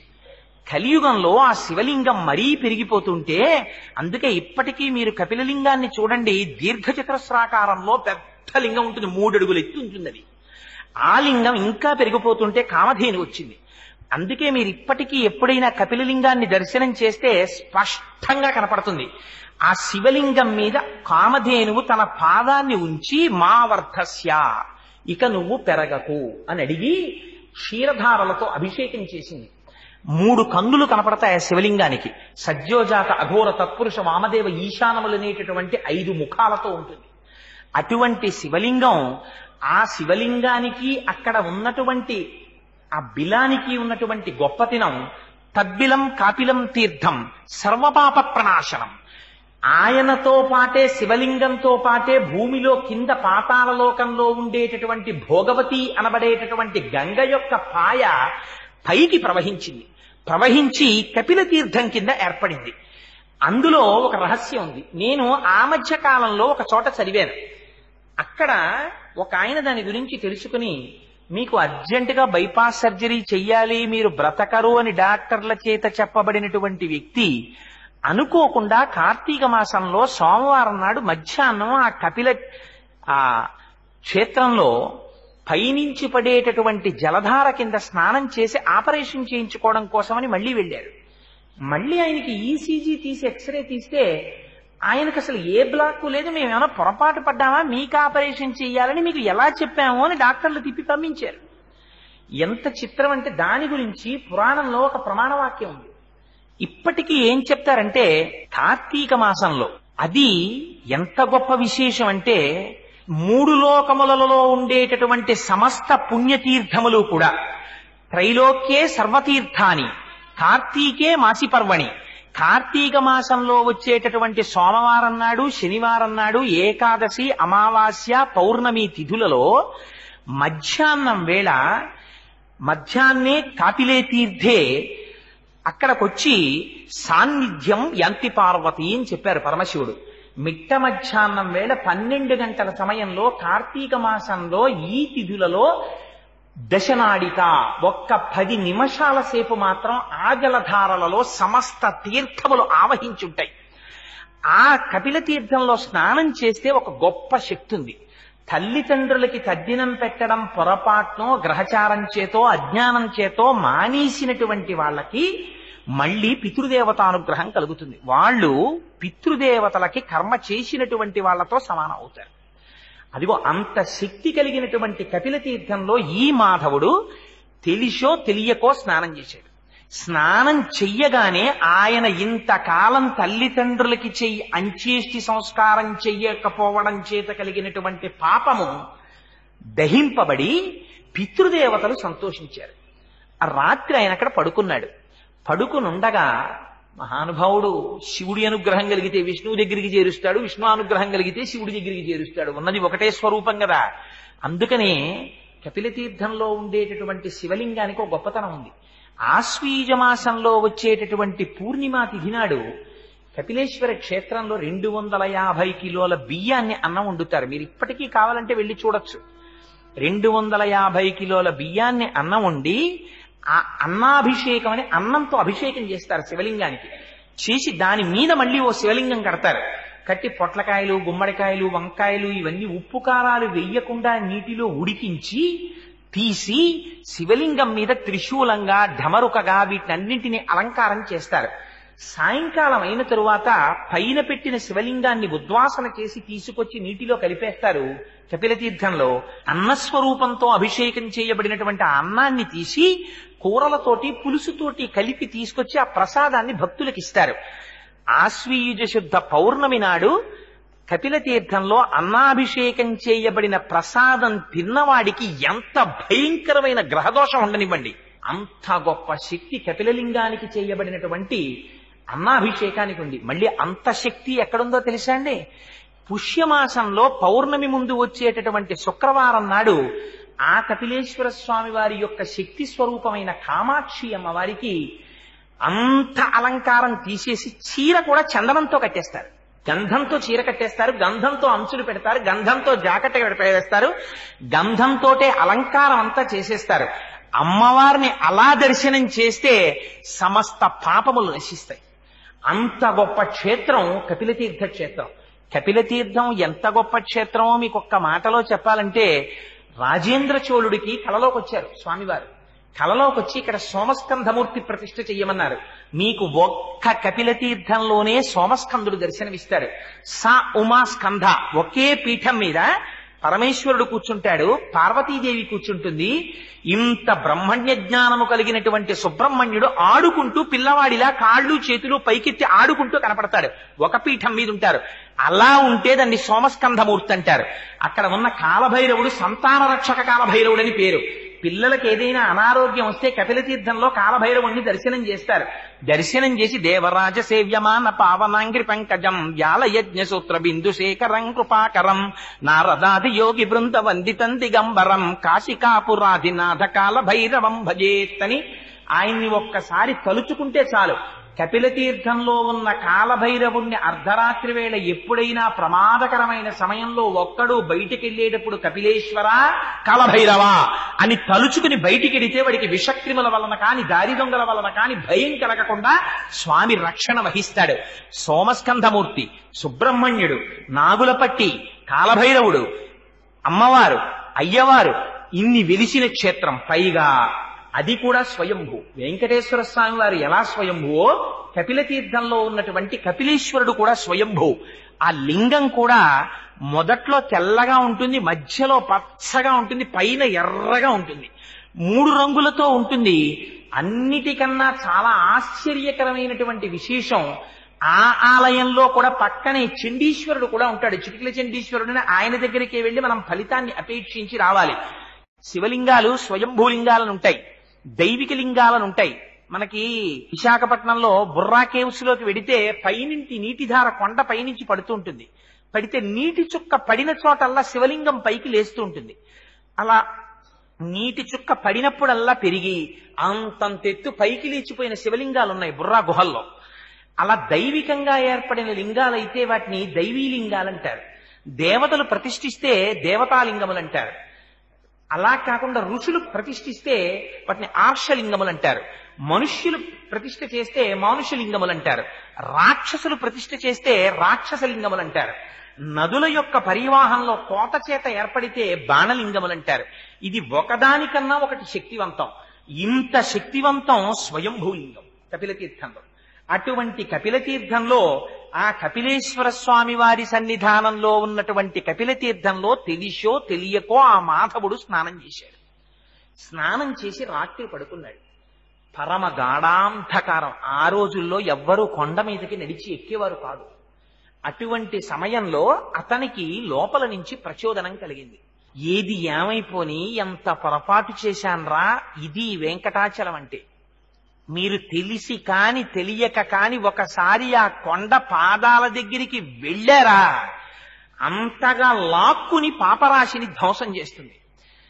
ఇంకా ఇప్పటికే ఆలస్యం అయిపోయింది, నా జీవితంలో ఇన్ని తప్పులు చేశాను, ఒక్కసారి ఈ వెంకటాచల పర్వత శిఖరాలు అధిరోహించాలనుకున్నాడు.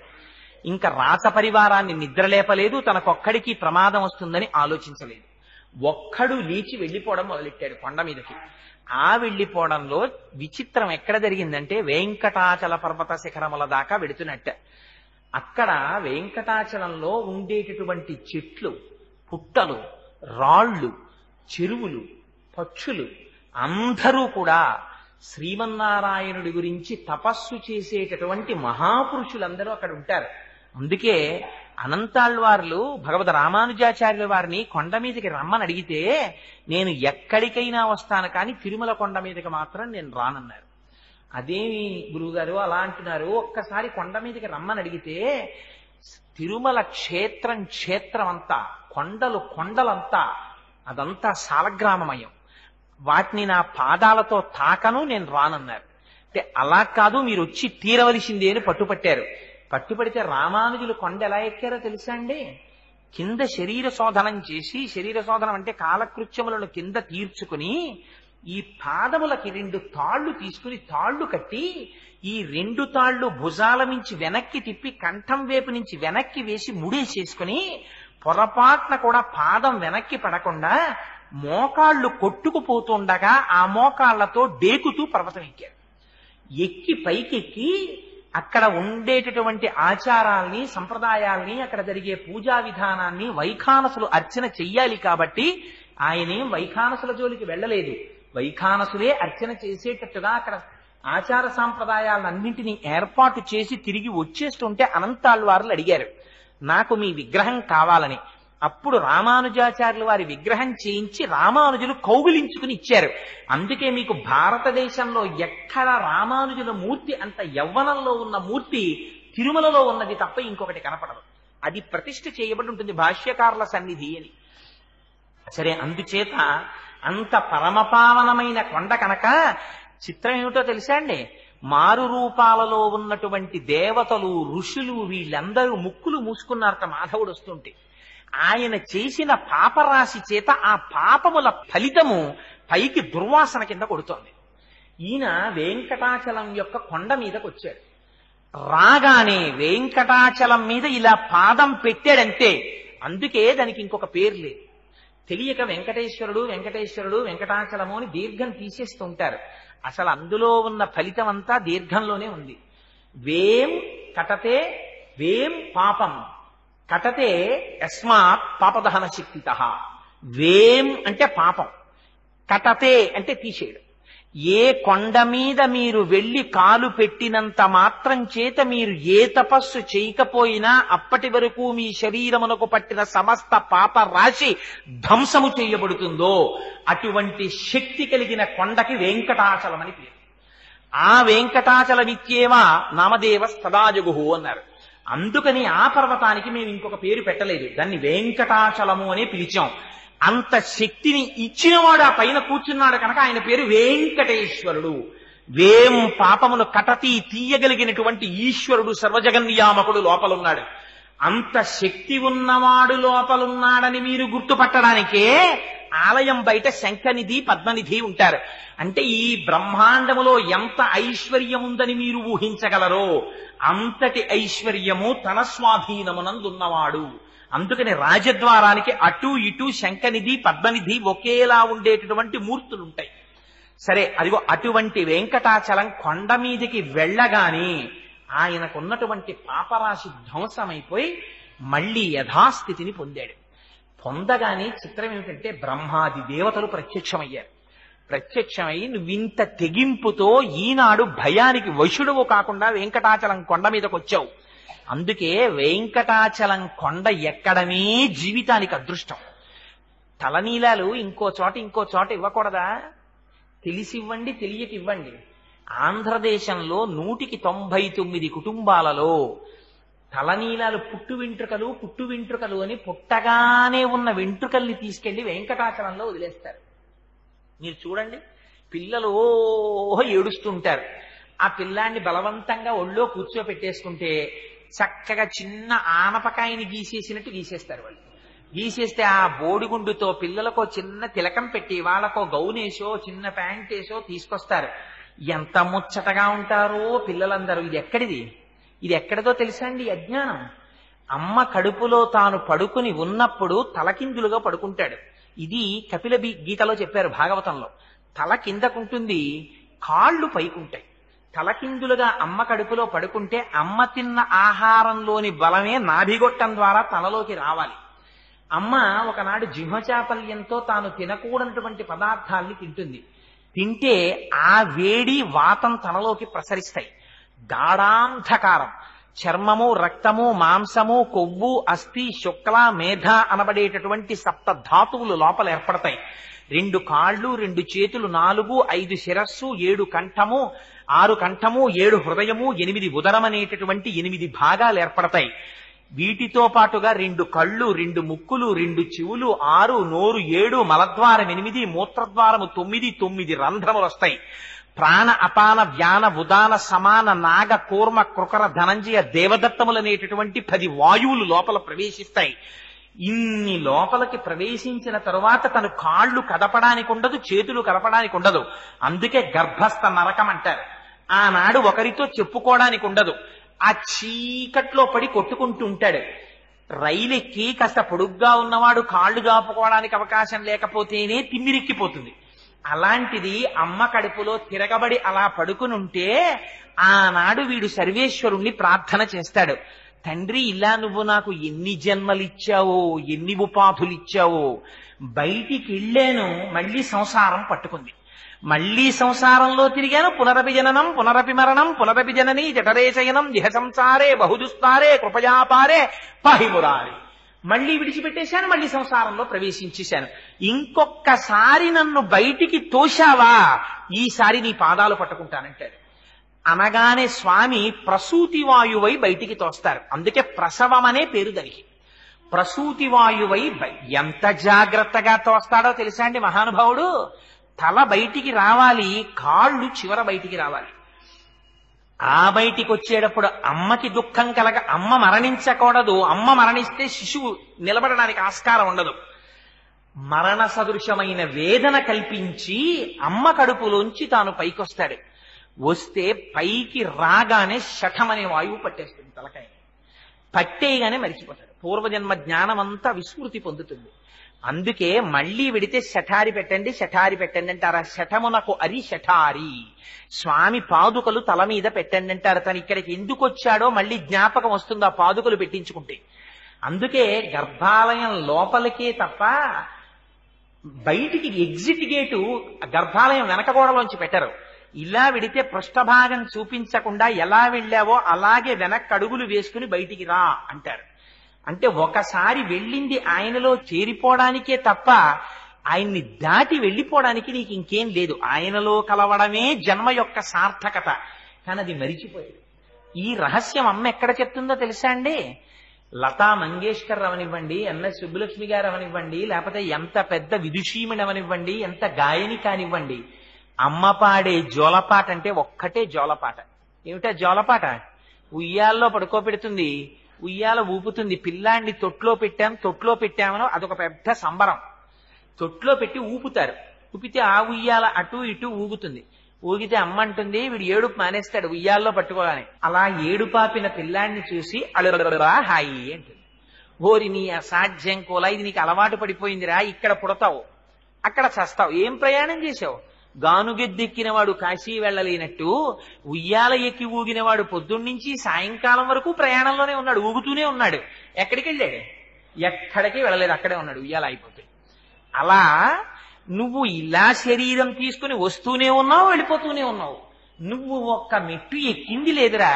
లోపల స్వామికి ప్రమాణం చేశావు, బయటికి వచ్చావు, వస్తూనే అజ్ఞానం వెంట తెచ్చేసుకున్నావు, ఉయ్యాల ఎక్కావు, మళ్ళీ మొదలెట్టావు, సంతోషం సంతోషం అని. ఇదిగో మళ్ళీ నీకు మొదలు, అక్కడ పుడతావు, ఇక్కడ తెస్తావు, ఇక్కడ తెస్తావు, అక్కడ పుడతావు. అమ్మలా కఠినంగా మాట్లాడకూడదు కదా. ఇంత వేదాంత జ్ఞానాన్ని అమ్మ జోలపాటలో పెట్టేశారు పెద్దవాళ్ళు. అందుకని ఆ పుట్టు వెంట్రుకల్ని మళ్లీ పట్టినటువంటి అజ్ఞానాన్ని మన పెద్దలు ఎక్కడ తీసేస్తారు? వేం కటతే పాపం, వేం పాపం కటతే యస్మాత్ పాపదహన శక్తితః. ఈ బుర్రలోకి మళ్లీ సాంసారికమైన విషయముల యందు తాదాత్మ్యత చెంది నీ పాదముల యందు విస్మృతి లేనటువంటి జ్ఞానాన్ని, భక్తిని వీడికి ఈ స్వామి అని ప్రార్థన చేస్తారు తల్లిదండ్రులు. అందుకని పుట్టు వెంట్రుకలు తీసుకెళ్లి పరమాత్మకు అర్పిస్తారు. లేకపోతే ఆయనకి ఎందుకు ఆ పుట్టు వెంట్రుకలు? వాడిని సృష్టించిన వాడే వెంట్రుకలు ఆయన సృష్టించుకోలేడేంటి? ఇది వెంకటాచలం యొక్క మహాత్యం అంటే.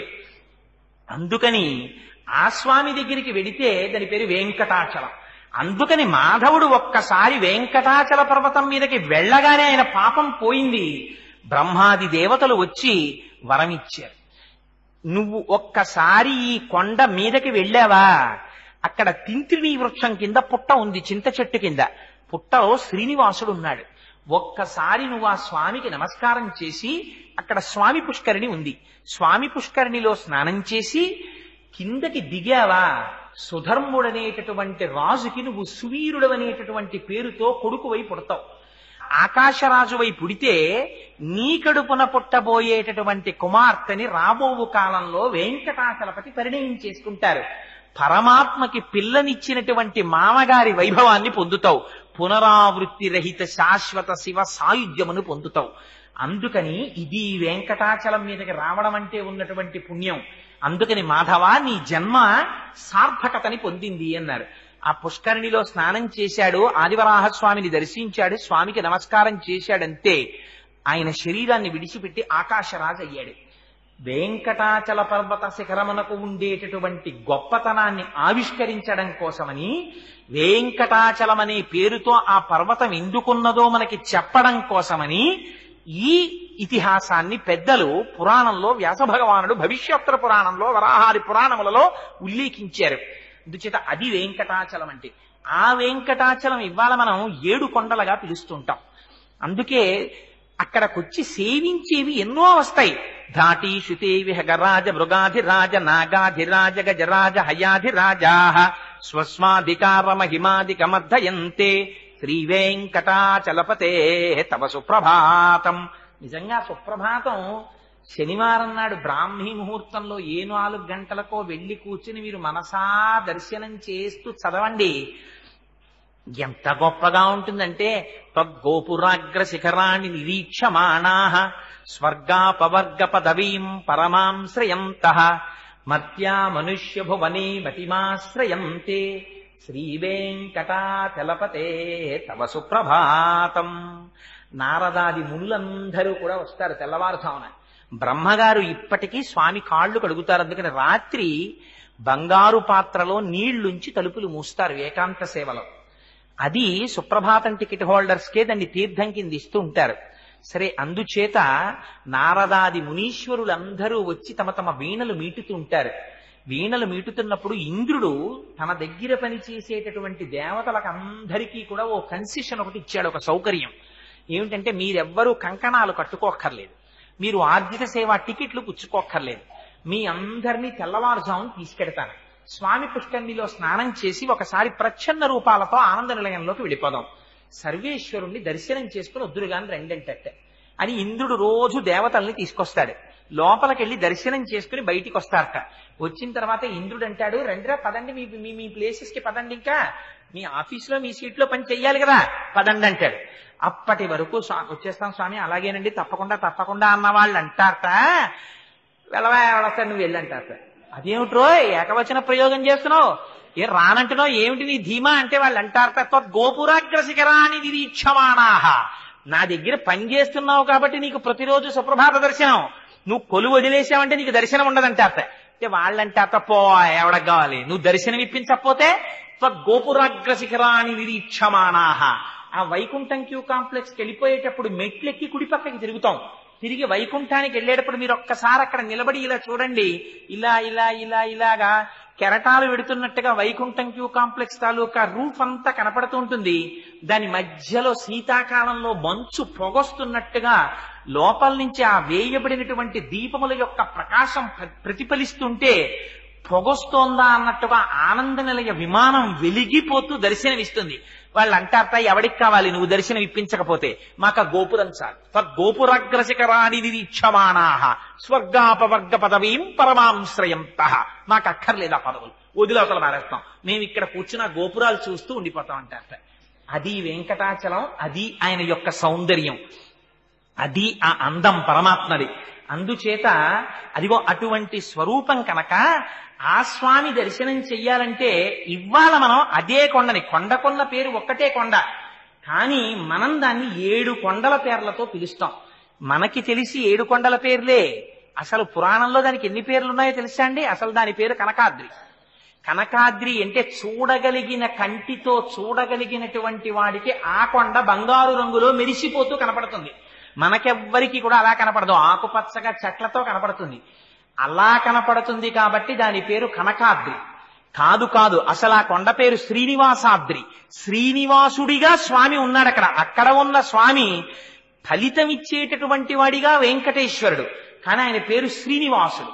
కానీ పక్కన మాత్రం అమ్మవారు ఉంటారు. అది విచిత్రం. ఏకబేరమూర్తి అయి ఉంటారంటే పరబ్రహ్మమై శక్తియుతుడై ఉంటాడు. పక్కన అమ్మవారు ఉండక్కర్లేదు ఆయనకి, అమ్మ ఆయనతో కలిసే ఉంటుంది, లేకపోతే ఇంత పాపం ఎలా తీస్తున్నాడు? అందుకని ఏకబేరమూర్తి అయి ఉంటారు. అటువంటి స్వామి దర్శనానికి మీరు 7 కొండలుగా ఎక్కుతారు. ఏమిటవి? మొట్టమొదట ఎక్కవలసినటువంటి కొండ గరుడాద్రిని కూడా మీరు అధిరోహించిన తరువాత రావలసినటువంటిది అంజనాద్రి. అంజనాద్రి తర్వాత రావలసినది శేషాద్రి. శేషాద్రి తర్వాత రావలసినది వెంకటాద్రి. వెంకటాద్రి తర్వాత నారాయణాద్రి. 7 కొండలుగా ఎక్కుతాం. అసలు అది 7 కొండలు, 7 కొండలండంలో 7 కొండలవాడ వెంకటరమణ గోవిందా గోవిందా అని పిలవడంలో రహస్యం అంతా పెట్టేశారు. అందుకని ఇంకో పేరు పెట్టలా. అక్కడికి వెడితే నీకు తెలుసో తెలీదో ఇలా అను చాలంటారు. 7 కొండలవాడ వెంకటరమణ అంటారు, మనం గోవిందా గోవిందా అంటుంటాం.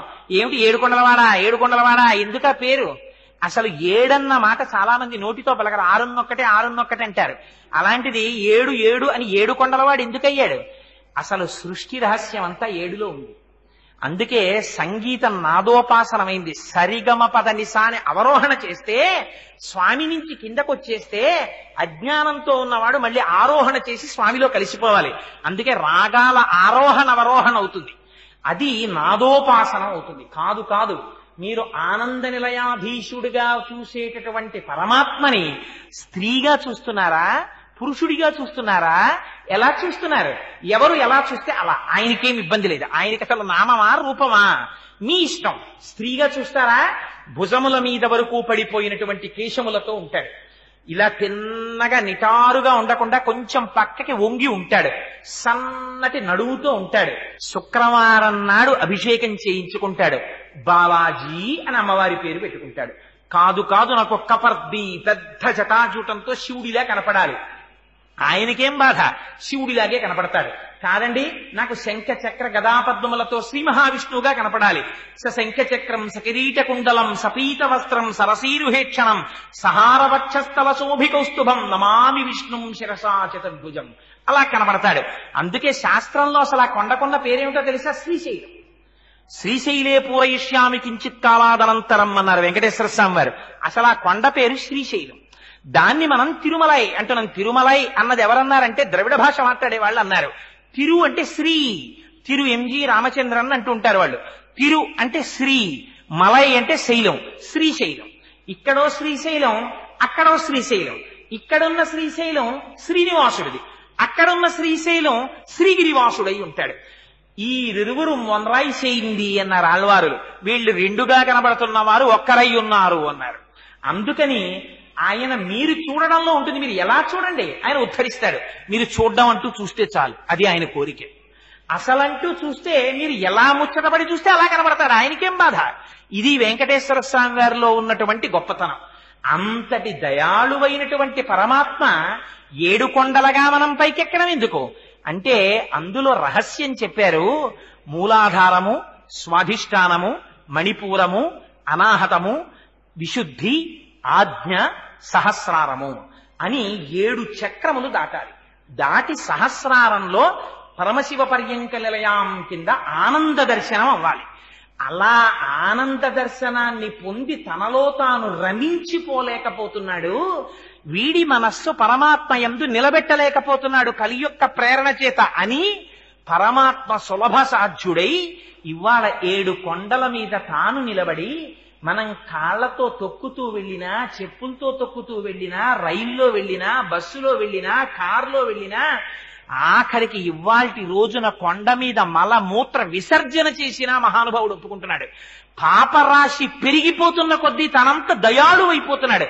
కొడుకు ఎంత అప్రయోజకుడైపోతే తండ్రి అంత బెంగ పెట్టుకున్నట్టు, వీణ్ణి రక్షించుకోవడానికి తండ్రి అంత ప్రయత్నం చేసినట్టు, ఎంతగా పాపమునందు లోకులు నిమగ్నత పొందితే అంతగా ఆయన దయ రోజు రోజుకి పెరిగిపోతుంది మహానుభావుడిది. అందుకని వెంకటాచలపతి అయ్యాడు, అది వెంకటాచలమైంది. అయితే ఈ 7 కొండలగా ఎక్కడం వెనకాతల ఉండేటటువంటి రహస్యం వేరు. మీకు వృషాద్రి అంటే చెప్పాను. ఆ వృషభాసురుడు తపస్సు చేశాడు. వృషాద్రి కోరిన కోరికలను వర్షిస్తుంది కాబట్టి. నారాయణాద్రి, నారాయణుడు అనబడేటటువంటి ఒక మహాభక్తుడు తపస్సు చేశాడు కాబట్టి నారాయణాద్రి. పరమేశ్వరుడి యొక్క ఆ ఆనందాద్రిని, క్రీడాద్రిని గరుత్మంతుడు తీసుకొచ్చాడు కాబట్టి గరుడాద్రి. ఇలా దానికి పేర్లు వచ్చాయి. కాదు ఈ 7 కొండల దర్శనానికి వెళ్ళినప్పుడు శ్రీమాన్ శ్రీభాష్యం అప్పలాచార్య స్వామి వారు లోపల పొందినటువంటి అనుభూతిని, వారు చేసినటువంటి ప్రసంగంలో ఆ 7 కొండల్ని తాత్విక విచారణం చేశారు ఆయన. నాకు ఎంత ఆనందంగా ఉంటుందంటే, చంద్రశేఖర పరమాచార్యులు వారు ఒకసారి వెళ్ళారు, ఓసారి చాలా మాటలు వెళ్ళారు. వారు తిరుచానూరు గురించి ఒక ప్రసంగం చేశారు, తిరు ఈశానూరు అని ఒక ప్రసంగం చేశారు. మహాత్ముల యొక్క దర్శనం అంటే ఇలా ఉంటుంది కదా అనిపిస్తుంది మనకి. ఆయన అంటారు, మొట్టమొదట ఏ కొండ ఎక్కుతున్నారు మీరు మొదట ఎక్కే కొండకి వృషభాద్రి అని పేరు. వృషభం అంటే ఏమిటి? వృషభం అంటే ఎద్దు. ఎద్దు ఎవరికి వాహనం? ఎద్దు పరమశివుడికి వాహనం. ఎద్దంటే నిజంగా ఎద్దా? మంత్రంలో దానికి 4 శృంగాః త్రయో అస్య పాదాః ద్వై శీర్షే సప్తహస్తా సో అస్య త్రయీ భక్తః వృషభః రోరవీతి మహాదేవో మర్త్యాగం అవివేశ అని. అది 4 శృంగాః, 4 కొమ్ములు. అవే పరా, పశ్యంతి, మధ్యమ, వైఖరి అనబడేటటువంటి 4 స్వరూపాలైనటువంటి శబ్దం. త్రయో అస్య పాదాః భూత భవిష్యత్ వర్తమాన కాలములలో ఉంటుంది. త్రయీబద్ధ 3 చోట్ల కట్టబడుతుంది, నాభి, కంఠము, ఉదరము. త్రయీబద్ధ వృషభ, అటువంటిది సప్తహస్త, విభక్తులు 7 విభక్తులు. ఈ శబ్దము ఏదైతే ఉందో ఆ శబ్దము వేదమును సూచిస్తుంది. మనకి మన సనాతన ధర్మంలో ప్రమాణం ఏదో తెలుసా అండి? కన్ను ప్రమాణం కాదు. నీ కన్ను చూసిన దాన్ని ఏది నిర్ణయించాలి? బుద్ధి నిర్ణయించాలి. బుద్ధి అన్ని వేళలా నిర్ణయాత్మకమైనటువంటి శక్తిని పొంది ఉండదు. కొండ మీద పొగ కనపడింది అనుకోండి, మంచు అంటుంది. మంచు కనపడింది అనుకోండి, పొగ అంటుంది. దొంగ కనపడింది అనుకోండి, దొంగ అంటుంది. దొంగ కనపడ్డాడు అనుకోండి, దొంగ అంటుంది. కాదు ఒకనాడు తాడు కనపడింది అనుకోండి, పావు అంటుంది. పావు కనపడింది అనుకోండి, త్రాడు అంటుంది. అందుచేత మీరు ఈ కంటితో చూసి ఈ బుద్ధితో నిర్ణయిస్తున్నవన్నీ కూడా ప్రమాణములా కావు. భగవత్ సంబంధమైనటువంటి విషయములో మనకి ప్రమాణము వేదమొక్కటే. వేదము ఏది చెప్పిందో అదే ప్రమాణం. అదిగో అటువంటి ప్రమాణమైనటువంటి వేదమును అంగీకరిస్తే తప్ప నువ్వు పరమాత్మ సన్నిధానానికి వెళ్ళడానికి అనర్హుడవు. వేద ప్రమాణమును అంగీకరించానని చెప్పి నమస్కారం చెయ్యడమే వృషభాద్రిని ఎక్కడం. వృషభాద్రిని ఎక్కితే రెండోది ఏది ఎక్కాలి? వృషాద్రిని ఎక్కాలి. వృషాద్రి అంటే ఏమిటి? మీరు వేదం చదువుకుని వేదము యొక్క ప్రమాణాన్ని అంగీకరించేస్తే సరిపోతుందా? సరిపోదు. వేదం ఏం చెప్తుంది? ధర్మం చెప్తుంది. ఏ ధర్మం చెప్తుంది? ధర్మం మారుతుంది, సత్యము మారదు. ఎందుకని ఏకాదశి నాడు ఉపవాసం చెయ్యడం ధర్మం, ద్వాదశి నాడు అన్నం తినడం ధర్మం. కొడుకుగా తండ్రి దగ్గరికి వెళ్ళినప్పుడు పుత్రధర్మం, అన్నదమ్ముల దగ్గరికి వెళ్ళిచ్చినప్పుడు సోదర ధర్మం. పక్కింటి వారి స్త్రీ కనపడినప్పుడు తను పుత్రధర్మంగా నిలబడాలి, ఆవిడలో మాతృమూర్తిని చూసి. తన భార్య దగ్గరికి వెళ్ళినప్పుడు భర్తృధర్మం పాటించాలి. గురువు దగ్గరికి వెడితే శిష్య ధర్మం పాటించాలి. తన ఉద్యోగానికి వెడితే సేవక ధర్మం పాటించాలి. ఎక్కడ తను ఏ ధర్మం పాటించాలో ఆ ధర్మం పాటించాలి. అంతే తప్ప ఒక ధర్మాన్ని ఒక ధర్మంతో కలగాపులగం చేయకూడదు. ఈ ధర్మాన్ని వైక్లభ్యం లేకుండా నువ్వు అనుష్ఠానం చేసిన నాడు ఆ ధర్మమే నిన్ను రక్షిస్తుంది. ధర్మో రక్షతి రక్షితః. నీ ధర్మాన్ని నువ్వు కాపాడుకుని అనుష్ఠానంలోకి తెచ్చుకోవాలి. ఇలా నీ ధర్మాన్ని నువ్వు అనుష్ఠానము చేస్తూ ఉండడమే వృషభాద్రి, తరువాత వృషాద్రి నిక్కుట. అందుకని వృషాద్రిని దాటి తరువాత దేంట్లోకి వెళ్ళాలి? గరుడాద్రిని ఎక్కాలి. గరుడుడంటే ఎవరు? దూరదృష్టి కలిగిన వాడు. గరుడు ఎంత ఆకాశంలో విహరిస్తూ ఉండనివ్వండి, ఎంత దూరంగా ఉన్నదాన్నైనా స్పష్టంగా చూస్తాడు. అందుకని ఆయన యొక్క అనుగ్రహం ఉందా? గరుత్మంతుణ్ణే వేదం కింద చెప్తారు. అందుకని గరుడుని యొక్క అనుగ్రహమును పొందుట అంటే దేన్ని పొందడం? వేదములో యువతల ఉన్న ధర్మాన్ని తాను నిరంతరము పాటిస్తూ వేదము యొక్క ఉత్తర భాగమైనటువంటి ఉపనిషత్తుల చేత ప్రతిపాదింపబడినటువంటి జ్ఞానం ఏదైతే ఉందో ఆ జ్ఞానాన్ని తాను పొందగలగడం, ఆ జ్ఞానాన్ని తను తెలుసుకోవడం, ఇది గరుడాద్రిని అధిరోహించుట. గరుడాద్రి దాటితే దేనికి వెళ్ళాలి? అంజనాద్రికి వెళ్ళాలి. అంజనము అంటే ఏమిటి? ఇంతకు ముందు మీకు కనపడని వస్తువు కనపడేటట్టు చేసేదానికి అంజనం అని పేరు. ఆయన కళ్ళకి అంజనం పెట్టుకున్నాడు ఏంటంటే చీకట్లో చూస్తున్నాడంటారు. అంజనం పెట్టుకుంటే ఏమవుతుంది? ఎవ్వరికీ కనపడని వస్తువు మీకు కనపడుతుంది. ఇప్పుడు ఏమైంది? వేదములో ఉండేటటువంటి పూర్వభాగమైనటువంటి ధర్మమును కర్మమును మీరు ఆచరిస్తే, ఉత్తర భాగమైనటువంటి జ్ఞానమును అనుభవానికి తెచ్చుకుంటే, ఆ జ్ఞానమునందు ప్రవేశిస్తే దాని చేత మీరు అది అనుష్ఠాన పర్యంతములోకి రావాలి. కాబట్టి నిరంతరము రక్షింపబడడానికి ఒక మంత్రాన్ని ఉపదేశం పొంది గాయత్రి వంటి మంత్రముల చేత నిరంతరము లోపల ఉండేటటువంటి ఆత్మదర్శన ప్రయత్నశీలుడైనటువంటి వ్యక్తి ఎవరుంటాడో అటువంటి వ్యక్తి గరుడాద్రిని అధిరోహించినవాడు. ఇలాంటి గరుడాద్రిని అధిరోహిస్తే తర్వాత కొండ ఏదెక్కుతాడు? శేషాద్రిని ఎక్కుతాడు. శేషుడెవరు? నిరంతరం స్వామి దగ్గర ఉంటాడు, శేషమై ఉంటాడు. ఆయనకి ఏం కోరిక ఉండదు, ఆయనకి ఎప్పుడు భగవంతుణ్ణి వహించడమే. శేషుడు ఏం చేస్తాడు? పడుకుంటే స్వామివారికి పరుపు అయిపోతాడు, స్వామివారు కూర్చుంటే కుర్చీ అయిపోతాడు. ఎప్పుడు స్వామివారికి మారి మారి మారి మారి సేవ చేస్తాడు. ఆయన తల పెట్టుకుంటే తలగడ అయిపోతాడు. ఆయన అవతారం తీసుకుని వస్తే ఒకసారి త్రేతాయుగంలో లక్ష్మణుడు అయ్యొచ్చాడు బెంగెట్టుకున్నట్ట. అయ్యో నేను లక్ష్మణుడిని అయ్యొచ్చాను, పెద్దవాడిగా పాపం కష్టాలన్నీ పరమాత్మ పడ్డారు, ఈ మాట కష్టాలన్నీ నేను పడతాను, అందుకని నేను పెద్దవాడిగా పుడతానని బలమముగుల కలగ బలభద్రుడని లోక రమణుడగుట చేసి రాముడనియు సతికి పుట్టె గర్భ సంకర్షణంబున సంకర్షణుండనటి ఘనుడు సుతుడు. ఒకసారి బలరాముడిగా వచ్చాడు ఆయన.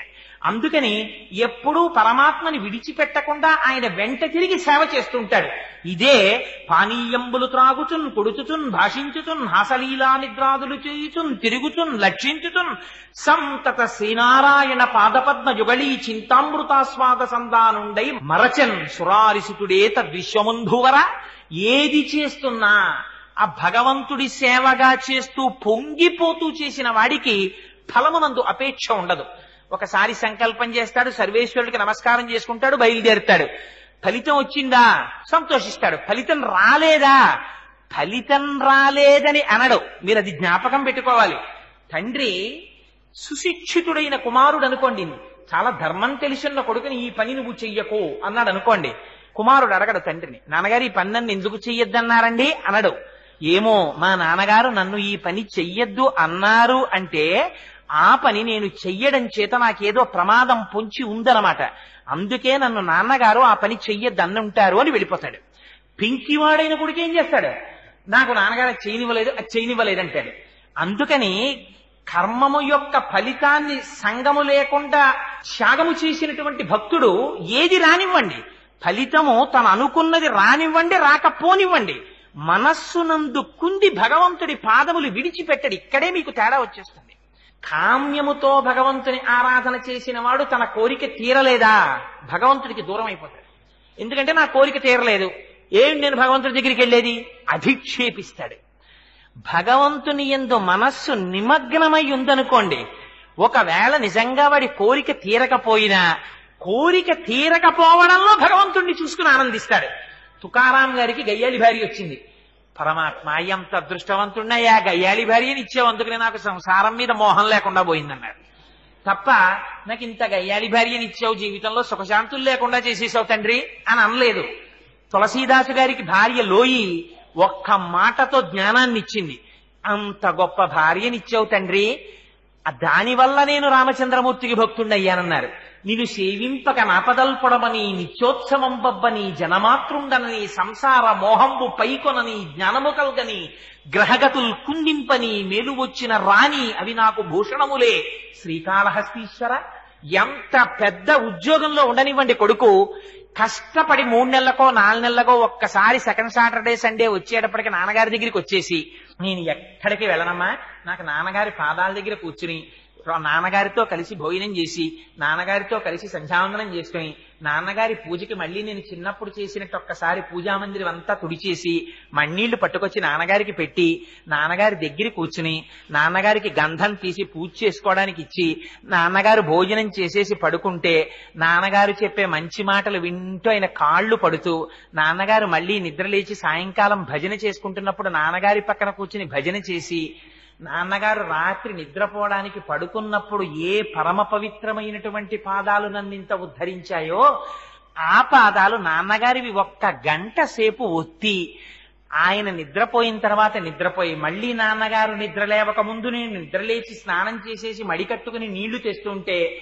నిద్రలేచిన నాన్నగారు నన్ను చూసి, ఒరే నువ్వు వచ్చావురా, ఇవాళ చూసావా మಣ್ಣీళ్లు తెచ్చేసావని పొంగిపోతున్న నాన్నగారి ముఖం చూసుకోవడానికి వచ్చానమ్మా అన్న కొడుకుని చూసి తండ్రి అంతా పొంగిపోతాడు. అంతేగాని నాన్నగారు ఈలోగా ఎవరికన్నా ఏమైనా రాసిచ్చేస్తారేమో అని బెంగెట్టుకుని వస్తుంటానమ్మా నెలకోసారి అన్నాడు అనుకోండి, ఎంత అసహ్యంగా ఉంటుంది. ఆ తండ్రికి ఎవరికి ఇస్తాడు? వీడికి ఇస్తాడు. కానీ అలా అంటే ఎంత అసహ్యంగా ఉంటుంది. వెంకటాచలానికి వెళ్లి వెంకటేశ్వర స్వామి వారి యొక్క దర్శనం చెయ్యకుండా ఉండలేక, జుట్టు కొంచెం పెద్దదైపోతే స్వామి నిన్ను చూసి ఇన్నాళ్ళు అయిపోయిందా అని తల దువ్వుకుంటున్నప్పుడల్లా బెంగొచ్చి 2 రోజులు సెలవులు వచ్చాయని వచ్చేసానండి, ఇదేం పెద్ద టౌకి వేసుకోక్కర్లేదు, వెళ్ళి స్వామి దర్శనం చేసుకుని పొంగిపోయి, అమ్మయ్యా స్వామి మళ్ళీ నీ దగ్గరికి వచ్చేసానయ్యా అని పొంగిపోయి తిరిగి వచ్చేసారనుకోండి, మీరు చూసుకోవాలా ఆయన చూసుకుంటాడా? నేను చూసుకుంటానన్నాడు ఆయన. ఎవరు నా గురించి తాపత్రయపడుతున్నాడో వాడిని రక్షించుకోవడం నా ధర్మం అన్నాడు. పిల్లవాడికి ఏం తన రక్షణ తను చూసుకోడు, పెరట్లో ఆడుకుంటుంటాడు. వంట చేసుకుంటున్న అమ్మ 10 నిమిషాలకు ఒకసారి వచ్చి బాల్కనీలోంచి పిల్లాడు ఏం చేస్తున్నాడో చూసుకుంటూ ఉంటుంది, అమ్మ వీడు ఎక్కడ పడిపోతాడో అని. రక్షించుకోవడం అమ్మ ధర్మం అయినట్టు, నిద్రపోతున్న అమ్మ నిద్దట్లో కూడా పిల్లవాడిని తడువుకుని తన దగ్గరికి చేర్చుకున్నట్టు, మనం ప్రమత్తతతో ఉన్నా తాను అప్రమత్తుడై తన పాదముల దగ్గరికి తాను లాక్కుంటూనే ఉంటాడు. ఇది దర్శనం. అందుకని పుణ్యాపుణ్యములను లేకపోతే ఫలితాన్ని అపేక్షించకుండా కేవలం భగవత్ప్రీతి కొరకు కర్మాచరణం అనేటటువంటి స్థాయిని మీకు ఇవ్వగలిగినటువంటిది వెంకటాద్రి. ఇప్పుడు ఏమైంది? మీరు చేసే పని చేత పాపమో పుణ్యమో మీకేమైనా వచ్చిందా? ఏది చేసినా మీ మనస్సు ఎప్పుడూ భగవంతుడి దగ్గరే ఉంది. కమలాక్షు నర్చించు కర్రములు కర్రములు శ్రీనాథు వర్ణించు జింహ జింహ, సురరక్షకుని చూచు చూట్కులు చూట్కులు శేషసాయికి మృక్కు శిరము శిరము, విష్ణు నాకర్ణించు వీనులు వీనులు మధువైరిద విలిన మనము మనము, భగవంతు వలగొను పదములు పదములు పురుషోత్తముని మీది బుద్ధి బుద్ధి, దేవదేవుని చింతించు దినము దినము, చక్రహస్తుని ప్రకటించు చదువు చదువు, కుంభినీదవు చెప్పెడి గురుడు గురుడు, తండ్రి హరిజేరుమని ఎడి తండ్రి తండ్రి అంటాడు ప్రహ్లాదుడు. హాయిగా కూర్చొని సంతోషంతో తెల్లవారేటప్పటికి తులసి దళాల్ని తీసి పరమానందంతో స్వామివారి పాదాల వంక చూస్తూ ఆ పాదాల మీద తులసి దళాలు వేసి మీరు మానసికంగా శిరస్సు ఉంచి ఆయన పాదముల మీద తలపెట్టి నమస్కారం చేసినప్పుడు ఆ తులసి వాసన మీ ముక్కుల్లోకి వచ్చేస్తుంటే మత్తెక్కిపోయినటువంటి హృదయం ఏదుందో దానికి లౌకికమైనటువంటి కోరికలు ఎందుకుంటాయి? మందార మకరంద మాధుర్యమున తేలు మధుపంబుబోవునే మదనములకు, నిర్మల మందాకిని వీచికలతో రాయంతదనునే తరంగిణులకు, లలిత రసాల పల్లవ ఖాదియై చొక్కు కోయిల జనునే కుటజములకు పూర్ణేందు చింద్రికా స్ఫురిత చకోరక మరుగునే సాంద్రనీహారములకు అంబుజోదర దివ్య పాదారవింద చింతనామృత పాన విశేషమత్త చిత్త మీరీతి ఇతర విషయంబు చేరవేర్చు వినుత గుణశీల మాటలు వేయునేలా. ఆ సర్వేశ్వరుడి పాదములలోంచి స్రవించేటటువంటి మందార మకరందాన్ని తాగడానికి అలవాటు పడి మత్తిక్కిపోయినటువంటి హృదయం వేరొక విషయం నందు లగ్నం అవ్వమంటే మాత్రం ఎలా లగ్నం అవుతుంది దానికి అలవాటు పడిపోయాక? అలా ప్రవర్తించేవాడు లేచినా పడుకున్నా ఏది చేసినా ఆ సర్వేశ్వరుణ్ణి తలుచుకుంటూ పొంగిపోవడానికి అలవాటు పడిపోయిన వాడికి పాపం అంటామంటే మాత్రం ఎక్కడంటుతుంది? అగ్నిహోత్రాన్ని చెద పట్టుకోగలదా? పట్టుకోలేనట్టు వేం పాపః కటతే, వాడికి పాపము లేదు పుణ్యము లేదు. ఎక్కడైనా ఉందా? పాపాన్ని కూడా కటతి తీసి అవతల పారేస్తుంది. ఇది వెంకటాద్రి. ఆ వెంకటాద్రిని దాటిన తరువాత అక్కడ ఒక్క చోట వెంకటేశ్వర స్వామి వారిని దర్శనం చేసేసి కిందకి దిగగానే పాపరాశి లోపల ప్రవేశించిందా? మళ్ళీ తప్పుడు ఆలోచనలు బయలుదేరాయా? గొరుగుచుందురు జుత్తు కొన్ని వందల సార్లు దాని పాపమేమో కానరాదు, అఖిల పాపములకు నిలయమైన మనసు గొరగడేమి మానవుండు అన్నాడు ఆధునిక కవి. అందుకని మారవలసింది ఏది మారాలి? ఒకసారి వెంకటేశ్వరుణ్ణి చూస్తే నివర్తయ మనోమత్త, మనస్సు మారాలి. అది మారకపోతే అందుకనంటారు శంకరాచార్యుల వారు, నరత్వం దేవత్వం నగమన మృగత్వం వశకత పశుత్వం కీటత్వం భవతు విహగత్వాని జననం సదాస్తత్ పాదాబ్జ స్మరణ పరమానందలహరి విహారాసక్తం చేద్రూదయ విహకింతేన వపుష. ఆ భక్తిని పొంది వచ్చాడా? ఆ జ్ఞానము కలిగిందా? నారాయణాద్రి దగ్గరికి వెళ్ళేటప్పటికి భగవానుడు ఒక్కసారి ఆ జ్ఞానం ఇచ్చాడా? నీకెక్కడ కనపడ్డాడు భగవానుడు? కావ్యకంఠ గణపతి మునికి భగవంతుడు ఎక్కడ కనపడ్డాడు? నిన్నటి రోజున ఇంత అంకురంగా ఉండి ఇవాళ లేచేటప్పటికి అలా పైకి లేచినటువంటి గడ్డి పరక ఆకుపచ్చతనంలో భగవంతుణ్ణి దర్శించాడు. హాసి గడ్డి పరక, నిన్ననింత మొలకవా, ఇవాళ పొద్దున్నకి ఇంత గడ్డి పరకవా, సూర్యకిరణాలు పడేటప్పటికి లేత ఆకుపచ్చ రంగులో మెరుప, నీ మీద మంచు బిందువా, ప్రాతర్వేళల మంచు జిన్కుగుమి జొంపంబైన లేబచ్చికల్ శ్వేతశ్రీ తిలకించుటెంత వహించన్ సర్వభూతంబులం శీతశ్రాంతి బడంకటానచలయై చెల్వొందు భూదేవికిన్ సీతత్తు ప్రభుడిచ్చు వజ్రముల రాశింబోలె నల్వంకలన్నంటారు. చూడగలిగిన కన్నున్న వాడికి అంతటా పరమాత్మయే. ఆయన అంటాడు, తెల్లవారి లేస్తే కవి, చలికాలానికిట అందరూ గడగడగడగడ వణికిపోతున్నారట. వణికిపోతుంటే భూదేవి కూడా వణికిపోయింది అనుకోండి చలికి, అమ్మో చలేస్తోందని భూమి కూడా గడగడగడ వణికింది అనుకోండి, భూకంపం వస్తుంది. కంపనమే కదా చలంటే. మనం కంపించినట్టు కుక్క కంపించినట్టు కుక్క కూడా దారిగుట్టలో పడుకుంటుంది, పక్షులు గూట్లో పడుకుంటాయి. భూమి కూడా చలికి కంపించింది అనుకోండి, మన బ్రతుకులేమవుతాయి? అందుకనిట సీతత్వ ప్రభుడిచ్చు, ఆ శీతాకాలానికి అధిపతి అయిన పరమాత్మ ఉన్నాడే, ఆయన చూశాట, ఓహో నువ్వు మాత్రం వణకకుండా వీళ్ళందరినీ రక్షించడానికి నా భార్యవి కదా భూదేవివి, రక్షించడానికి నువ్వు వణకకుండా చలిని తట్టుకున్నావా? చూడు, నువ్వింత గొప్పగా తల్లివై బిడ్డల్ని కాపాడినందుకు నీకు ఏం వరమిస్తున్నానో తెలుసా? కానుకిస్తున్నాను, తీసుకో అని భూకాంతకి చుట్టూ వజ్రముల రాసులు పోసేసేట. ఏమిటిటా రాసులు? పచ్చగడ్ల మీద పడినటువంటి చిన్న చిన్న మంచునీటి బిందువులు సూర్యకిరణాలకి ప్రకాశిస్తే సీతత్తు ప్రభుడిచ్చు వజ్రముల రాశింబోలె నల్వంకలన్, భూకాంతకి పరమాత్మ ఇచ్చిన వజ్రాల రాసుల బహుమానాల్లా ఉన్నాయిట. చూడగలిగిన కన్నున్న వాడికి ఎక్కడ పరమాత్మ లేడు. నమచ్చోరాయిచ శిష్ప్యాయిచ ఫేన్యాయిచ సికప్యాయిచ ప్రవాహ్యాయిచ, అంతటా పరమాత్మయే. ఈ పరమాత్మ దర్శనం అలవాటైపోయింది అనుకోండి, వాడికి ఏమొస్తుంది? త్రేణుపు వస్తుంది. ఆనందం ఆనందం ఆనందం అర్ణవమైపోయి ఎక్కడ చూసినా ఆనందమే, ఎక్కడ చూసినా ఆనందమే. ఒక కాయ కోస్తే అందులో పురుగు కనపడింది అనుకోండి, ఆనందం. తులసీదాసు గారు ఎంత పొంగిపోయారండి, ఏమి భక్తి భావన. తులసీదాసు గారు రామాయణం రాసుకుంటున్నారు. హనుమ వచ్చి ఏం రాశావన్నారు? అశోకవనంలో పువ్వులన్నీ తెల్లగా పుష్పించున్నాయన్నారు, నీ మొహం ఎర్రగా ఉన్నాయన్నారు హనుమ. అంటే కాదు స్వామి, నేను మానసికంగా దర్శనం చేశాను, అశోకవనంలో చెట్లకి తెల్లటి పువ్వులు ఉన్నాయన్నారు తులసీదాస్ గారు. కాదు, పువ్వులన్నీ ఎరుపు అన్నారు హనుమ. అంటే నేనా సుందరకాండలో వెళ్లి చూసి వచ్చిన వాడివి నువ్వా? నేను చెప్పినట్టు రాయి, పువ్వులు ఎరుపని మార్చన్నారు. అంటే తులసీదాస్ గారు, అమ్మ బాబోయ్ ఇంతో మనం ఎక్కడ వాదిస్తాం, ప్రత్యక్ష సాక్షినంటాడు అని రామచంద్రమూర్తిని ధ్యానం చేశారు. రామచంద్రమూర్తి ప్రత్యక్షమయ్యారు. హనుమ ఏమిటి నీ అల్లరన్నారు. స్వామి అశోకవనంలో పువ్వులు తెల్లగా ఉన్నాయని రామాయణం రాస్తున్నాడు తులసీదాసు. నేను చూసినప్పుడు ఎర్రగా ఉన్నాయి పువ్వులన్నీ అన్నారు. స్వామి అన్నారు, అలా అనకు, ఆ ఋతువులో అప్పుడు పూసిన పువ్వులు తెలిపే. నీకెందుకు ఎర్రగా కనపడ్డాయో తెలుసా? ఆ చెట్టు మీద కూర్చుని కిందకి చూసావు మీ అమ్మని. క్షితిక్షమా పుష్కర సన్నిభాక్షి యరక్షిత రఘవ లక్ష్మణాభ్యాం సారాక్షసీభి వికృతేక్షణాభి సంరక్షిత సంప్రతి వృక్షమూలే. మా అయ్య రామచంద్రమూర్తి భార్య రాక్షసల కాంతల చేత పరివేష్టింపబడి ఒక చెట్టు కింద ఒక్క పట్టుబట్ట కట్టుకుని ఇలా ఉండిపోవడం 10 నెలల నుంచి అని కోపంతో చూశావు. నీ కన్నులు ఎరిపెక్కి తెల్లటి పూలు ఎర్రగా నీ కనబడ్డాయి హనుమ, పువ్వులు తెలిపేలా రాయని అన్నాడు. ఇది పారవశ్యమైనటువంటి భక్తి ఉన్నవాడికి సర్వత్ర పరమాత్మ దర్శనమే. ఈ దర్శనం పొందుతున్న వాడికి రామకృష్ణ పరమహంస ఎంత పొంగిపోయారు. మేక అరుపులో, పసిపిల్లాడి ఏడుపులో, ఆవు గొంతెత్తి అంబా అని అరిస్తే అందులో అమ్మవారిని పిలిచినటువంటి ఆ భక్తి కనపడింది రామకృష్ణ పరమహంసకి. ఆఖరికి మహాభక్తులు ఎంత ఆశ్చర్యపోయారో తెలుసండి. భక్తి ఉన్నవాడికి పరమాత్మ దర్శనం అంటే, కబీరుదాసు గారు రహదారి మీద వెళ్ళిపోతున్నారు. ఒక స్త్రీ జొన్నలు తిప్పుతోంది. ఆయన స్పృహ తప్పి కింద పడిపోయారు.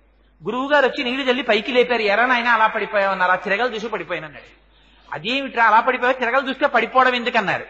అంటే పరమాత్మ కూడా ఇలా కనపడనటువంటి హస్తంతో పట్టుకుని జీవులనబడేటటువంటి జొన్నల్ని తిరగలితో వేసి పుణ్యము పాపము అనే రెండింటి మధ్య పెట్టి గుండ చేసేస్తున్నాడు. ఇలా అయిపోతోంది కదా జీవితం అని బెంగ పెట్టుకు పడిపోయానన్నారు. గురువులెంత గొప్పవారో చూడండి. దర్శనం అంటే అలా ఉంటుంది, మహాత్ముల దర్శనం. ఓయ్ పిచ్చాడా, తిరగలిలో పడ్డ జొన్నలు అన్నీ పిండైపోతున్నాయి, కానీ ఏది తిప్పుతోందో దాని చుట్టూ చేరిన జొన్నలు మాత్రం పిండవట్లేదు, చూసుకో అన్నారు. అందుకని తిప్పేవాడి పాదాలు నువ్వొట్టుకున్నావా వాడు నిన్ను రక్షించేస్తాడు. పాదాలట్టుకో నీకు బెంగ ఎందుకన్నారు. అందుకని ఈ రక్షకత్వం, ఈ పరమాత్మతత్వం అంతటా కనపడిన వాడికి 7 కొండల మీద కనపడతాడా వెంకటేశ్వరుడు? ఇక్కడే కనపడతాడు, అక్కడా కనపడతాడు, ఎక్కడా కనపడతాడు. ఇది జ్ఞానాద్రి.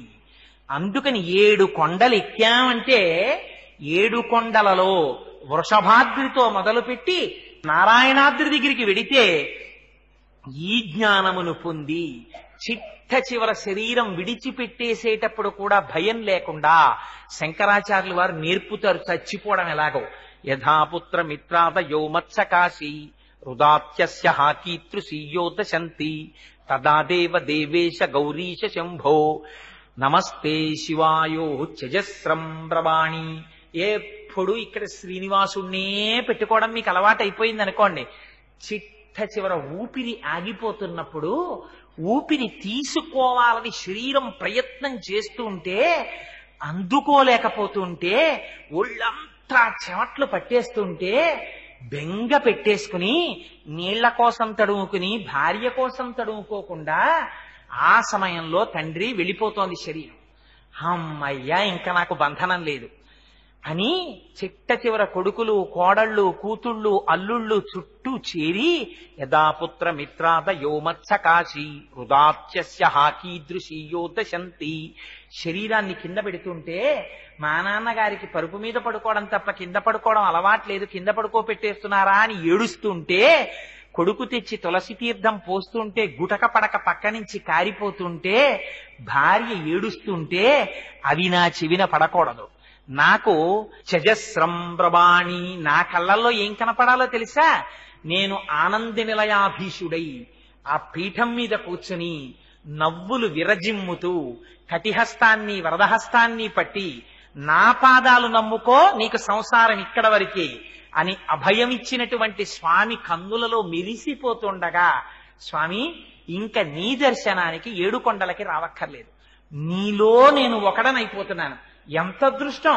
ఇంక మనిద్దరికి ఎడబాటు లేదు, నువ్వే నేను నేనే నువ్వు అంటూ అమ్మయ్యా అని చెమట ఒళ్ళంతా పట్టొచ్చిన వాడు బనీ నిప్పి అబ్బా అని విసిరి పారేసినట్టు అమ్మయ్య ఈ బంధన వదిలేసిందని శరీరాన్ని వదిలిపెట్టి పరమాత్మలో కలిసిపోయేటంతటి ఆనందంతో శరీరాన్ని వదులుతూ ఉన్నన్నాళ్ళు సర్వత్ర పరమాత్మని దర్శింపగలిగిన వాడెవడున్నాడో సంచిత ఆగామి ప్రారబ్ధములు దూదికొండలో నిప్పురవ్వ పడితే కాలిపోయినట్టు వెంకటాద్రి మీద ఎక్కడం వల్ల పాపరాశి కాలిపోవడంతో నారాయణాద్రి చేత జ్ఞానం ఆవిర్భవించి నిలబడినవాడు వెంకటాచల మహాత్యమును పొందినవాడు. అందుకని ఆ వెంకటాచలానికి అంతటి మాహాత్యం ఉన్నది. రేపటి రోజున ఆ కొండ మీద ఉండేటటువంటి విశేషాలు, అక్కడ ఉండేటటువంటి తీర్థాల విశేషాలు, ఎందుకు ఏ ఏ తీర్థంలో ఏ స్నానం చేస్తారు, ఈ విషయాల్ని మీకు వివరణ చేస్తాను. అయితే వెంకటేశ్వరుడి అనుగ్రహం ఎలా వస్తుందో తెలుసా అండి? ప్రసాద రూపంలో వస్తుంది. అందుకే మీరు వెంకటాచలం వెడితే తప్పకుండా ఏది తీసుకుంటారు? ప్రసాదం తీసుకుంటారు. ఇంటికి తెచ్చి కూడా ప్రసాదం అందరికీ పెడతారు. ఇక్కడ వెంకటాచల వైభవం జరుగుతోందని పరమేశ్వరుడికి నివేదన చేయబడినటువంటి పరమ పవిత్రమైన ప్రసాదాన్ని బయట ఏర్పాటు చేశారు. ఇది సర్వేశ్వరుడు పులకించి మాకిచ్చిన అనుగ్రహం, ఇక్కడే మేము వెంకటాచలం ఎక్కేసినట్టు అని మనస్సులో స్మరించి ఆయన పాదాలకి నమస్కారం చేసుకుని తీసుకుని వెళ్లవలసినదిగా ప్రార్థన చేస్తూ మంగళాశాసన పరై మదాచార్య పురోగమై సర్వైశ్చ పూర్వైరాచార్యై సత్కృతాజాస్తు మంగళం. మంగళం కోసలేంద్రాయ మహనీయ గుణాత్మనే చక్రవర్తి తనూజాయ సర్వభౌమాయ మంగళం. ఉమాకాంతాయ కాంతాయ కామితార్థప్రదాయినే శ్రీగిరీశాయ దేవాయ మలినాథాయ మంగళం. కరచరణ కృతం వా కర్మ వాక్కాజం వా శ్రవణనైనజం వా మానసం వాపరాధం విహితం వా సర్వమేత్తక్షమస్వ. శివ శివ కరుణాబ్ధే శ్రీ మహాదేవ శంభో. సర్వం శ్రీ ఉమామహేశ్వర పరబ్రహ్మార్పణమస్తు. స్వస్తి.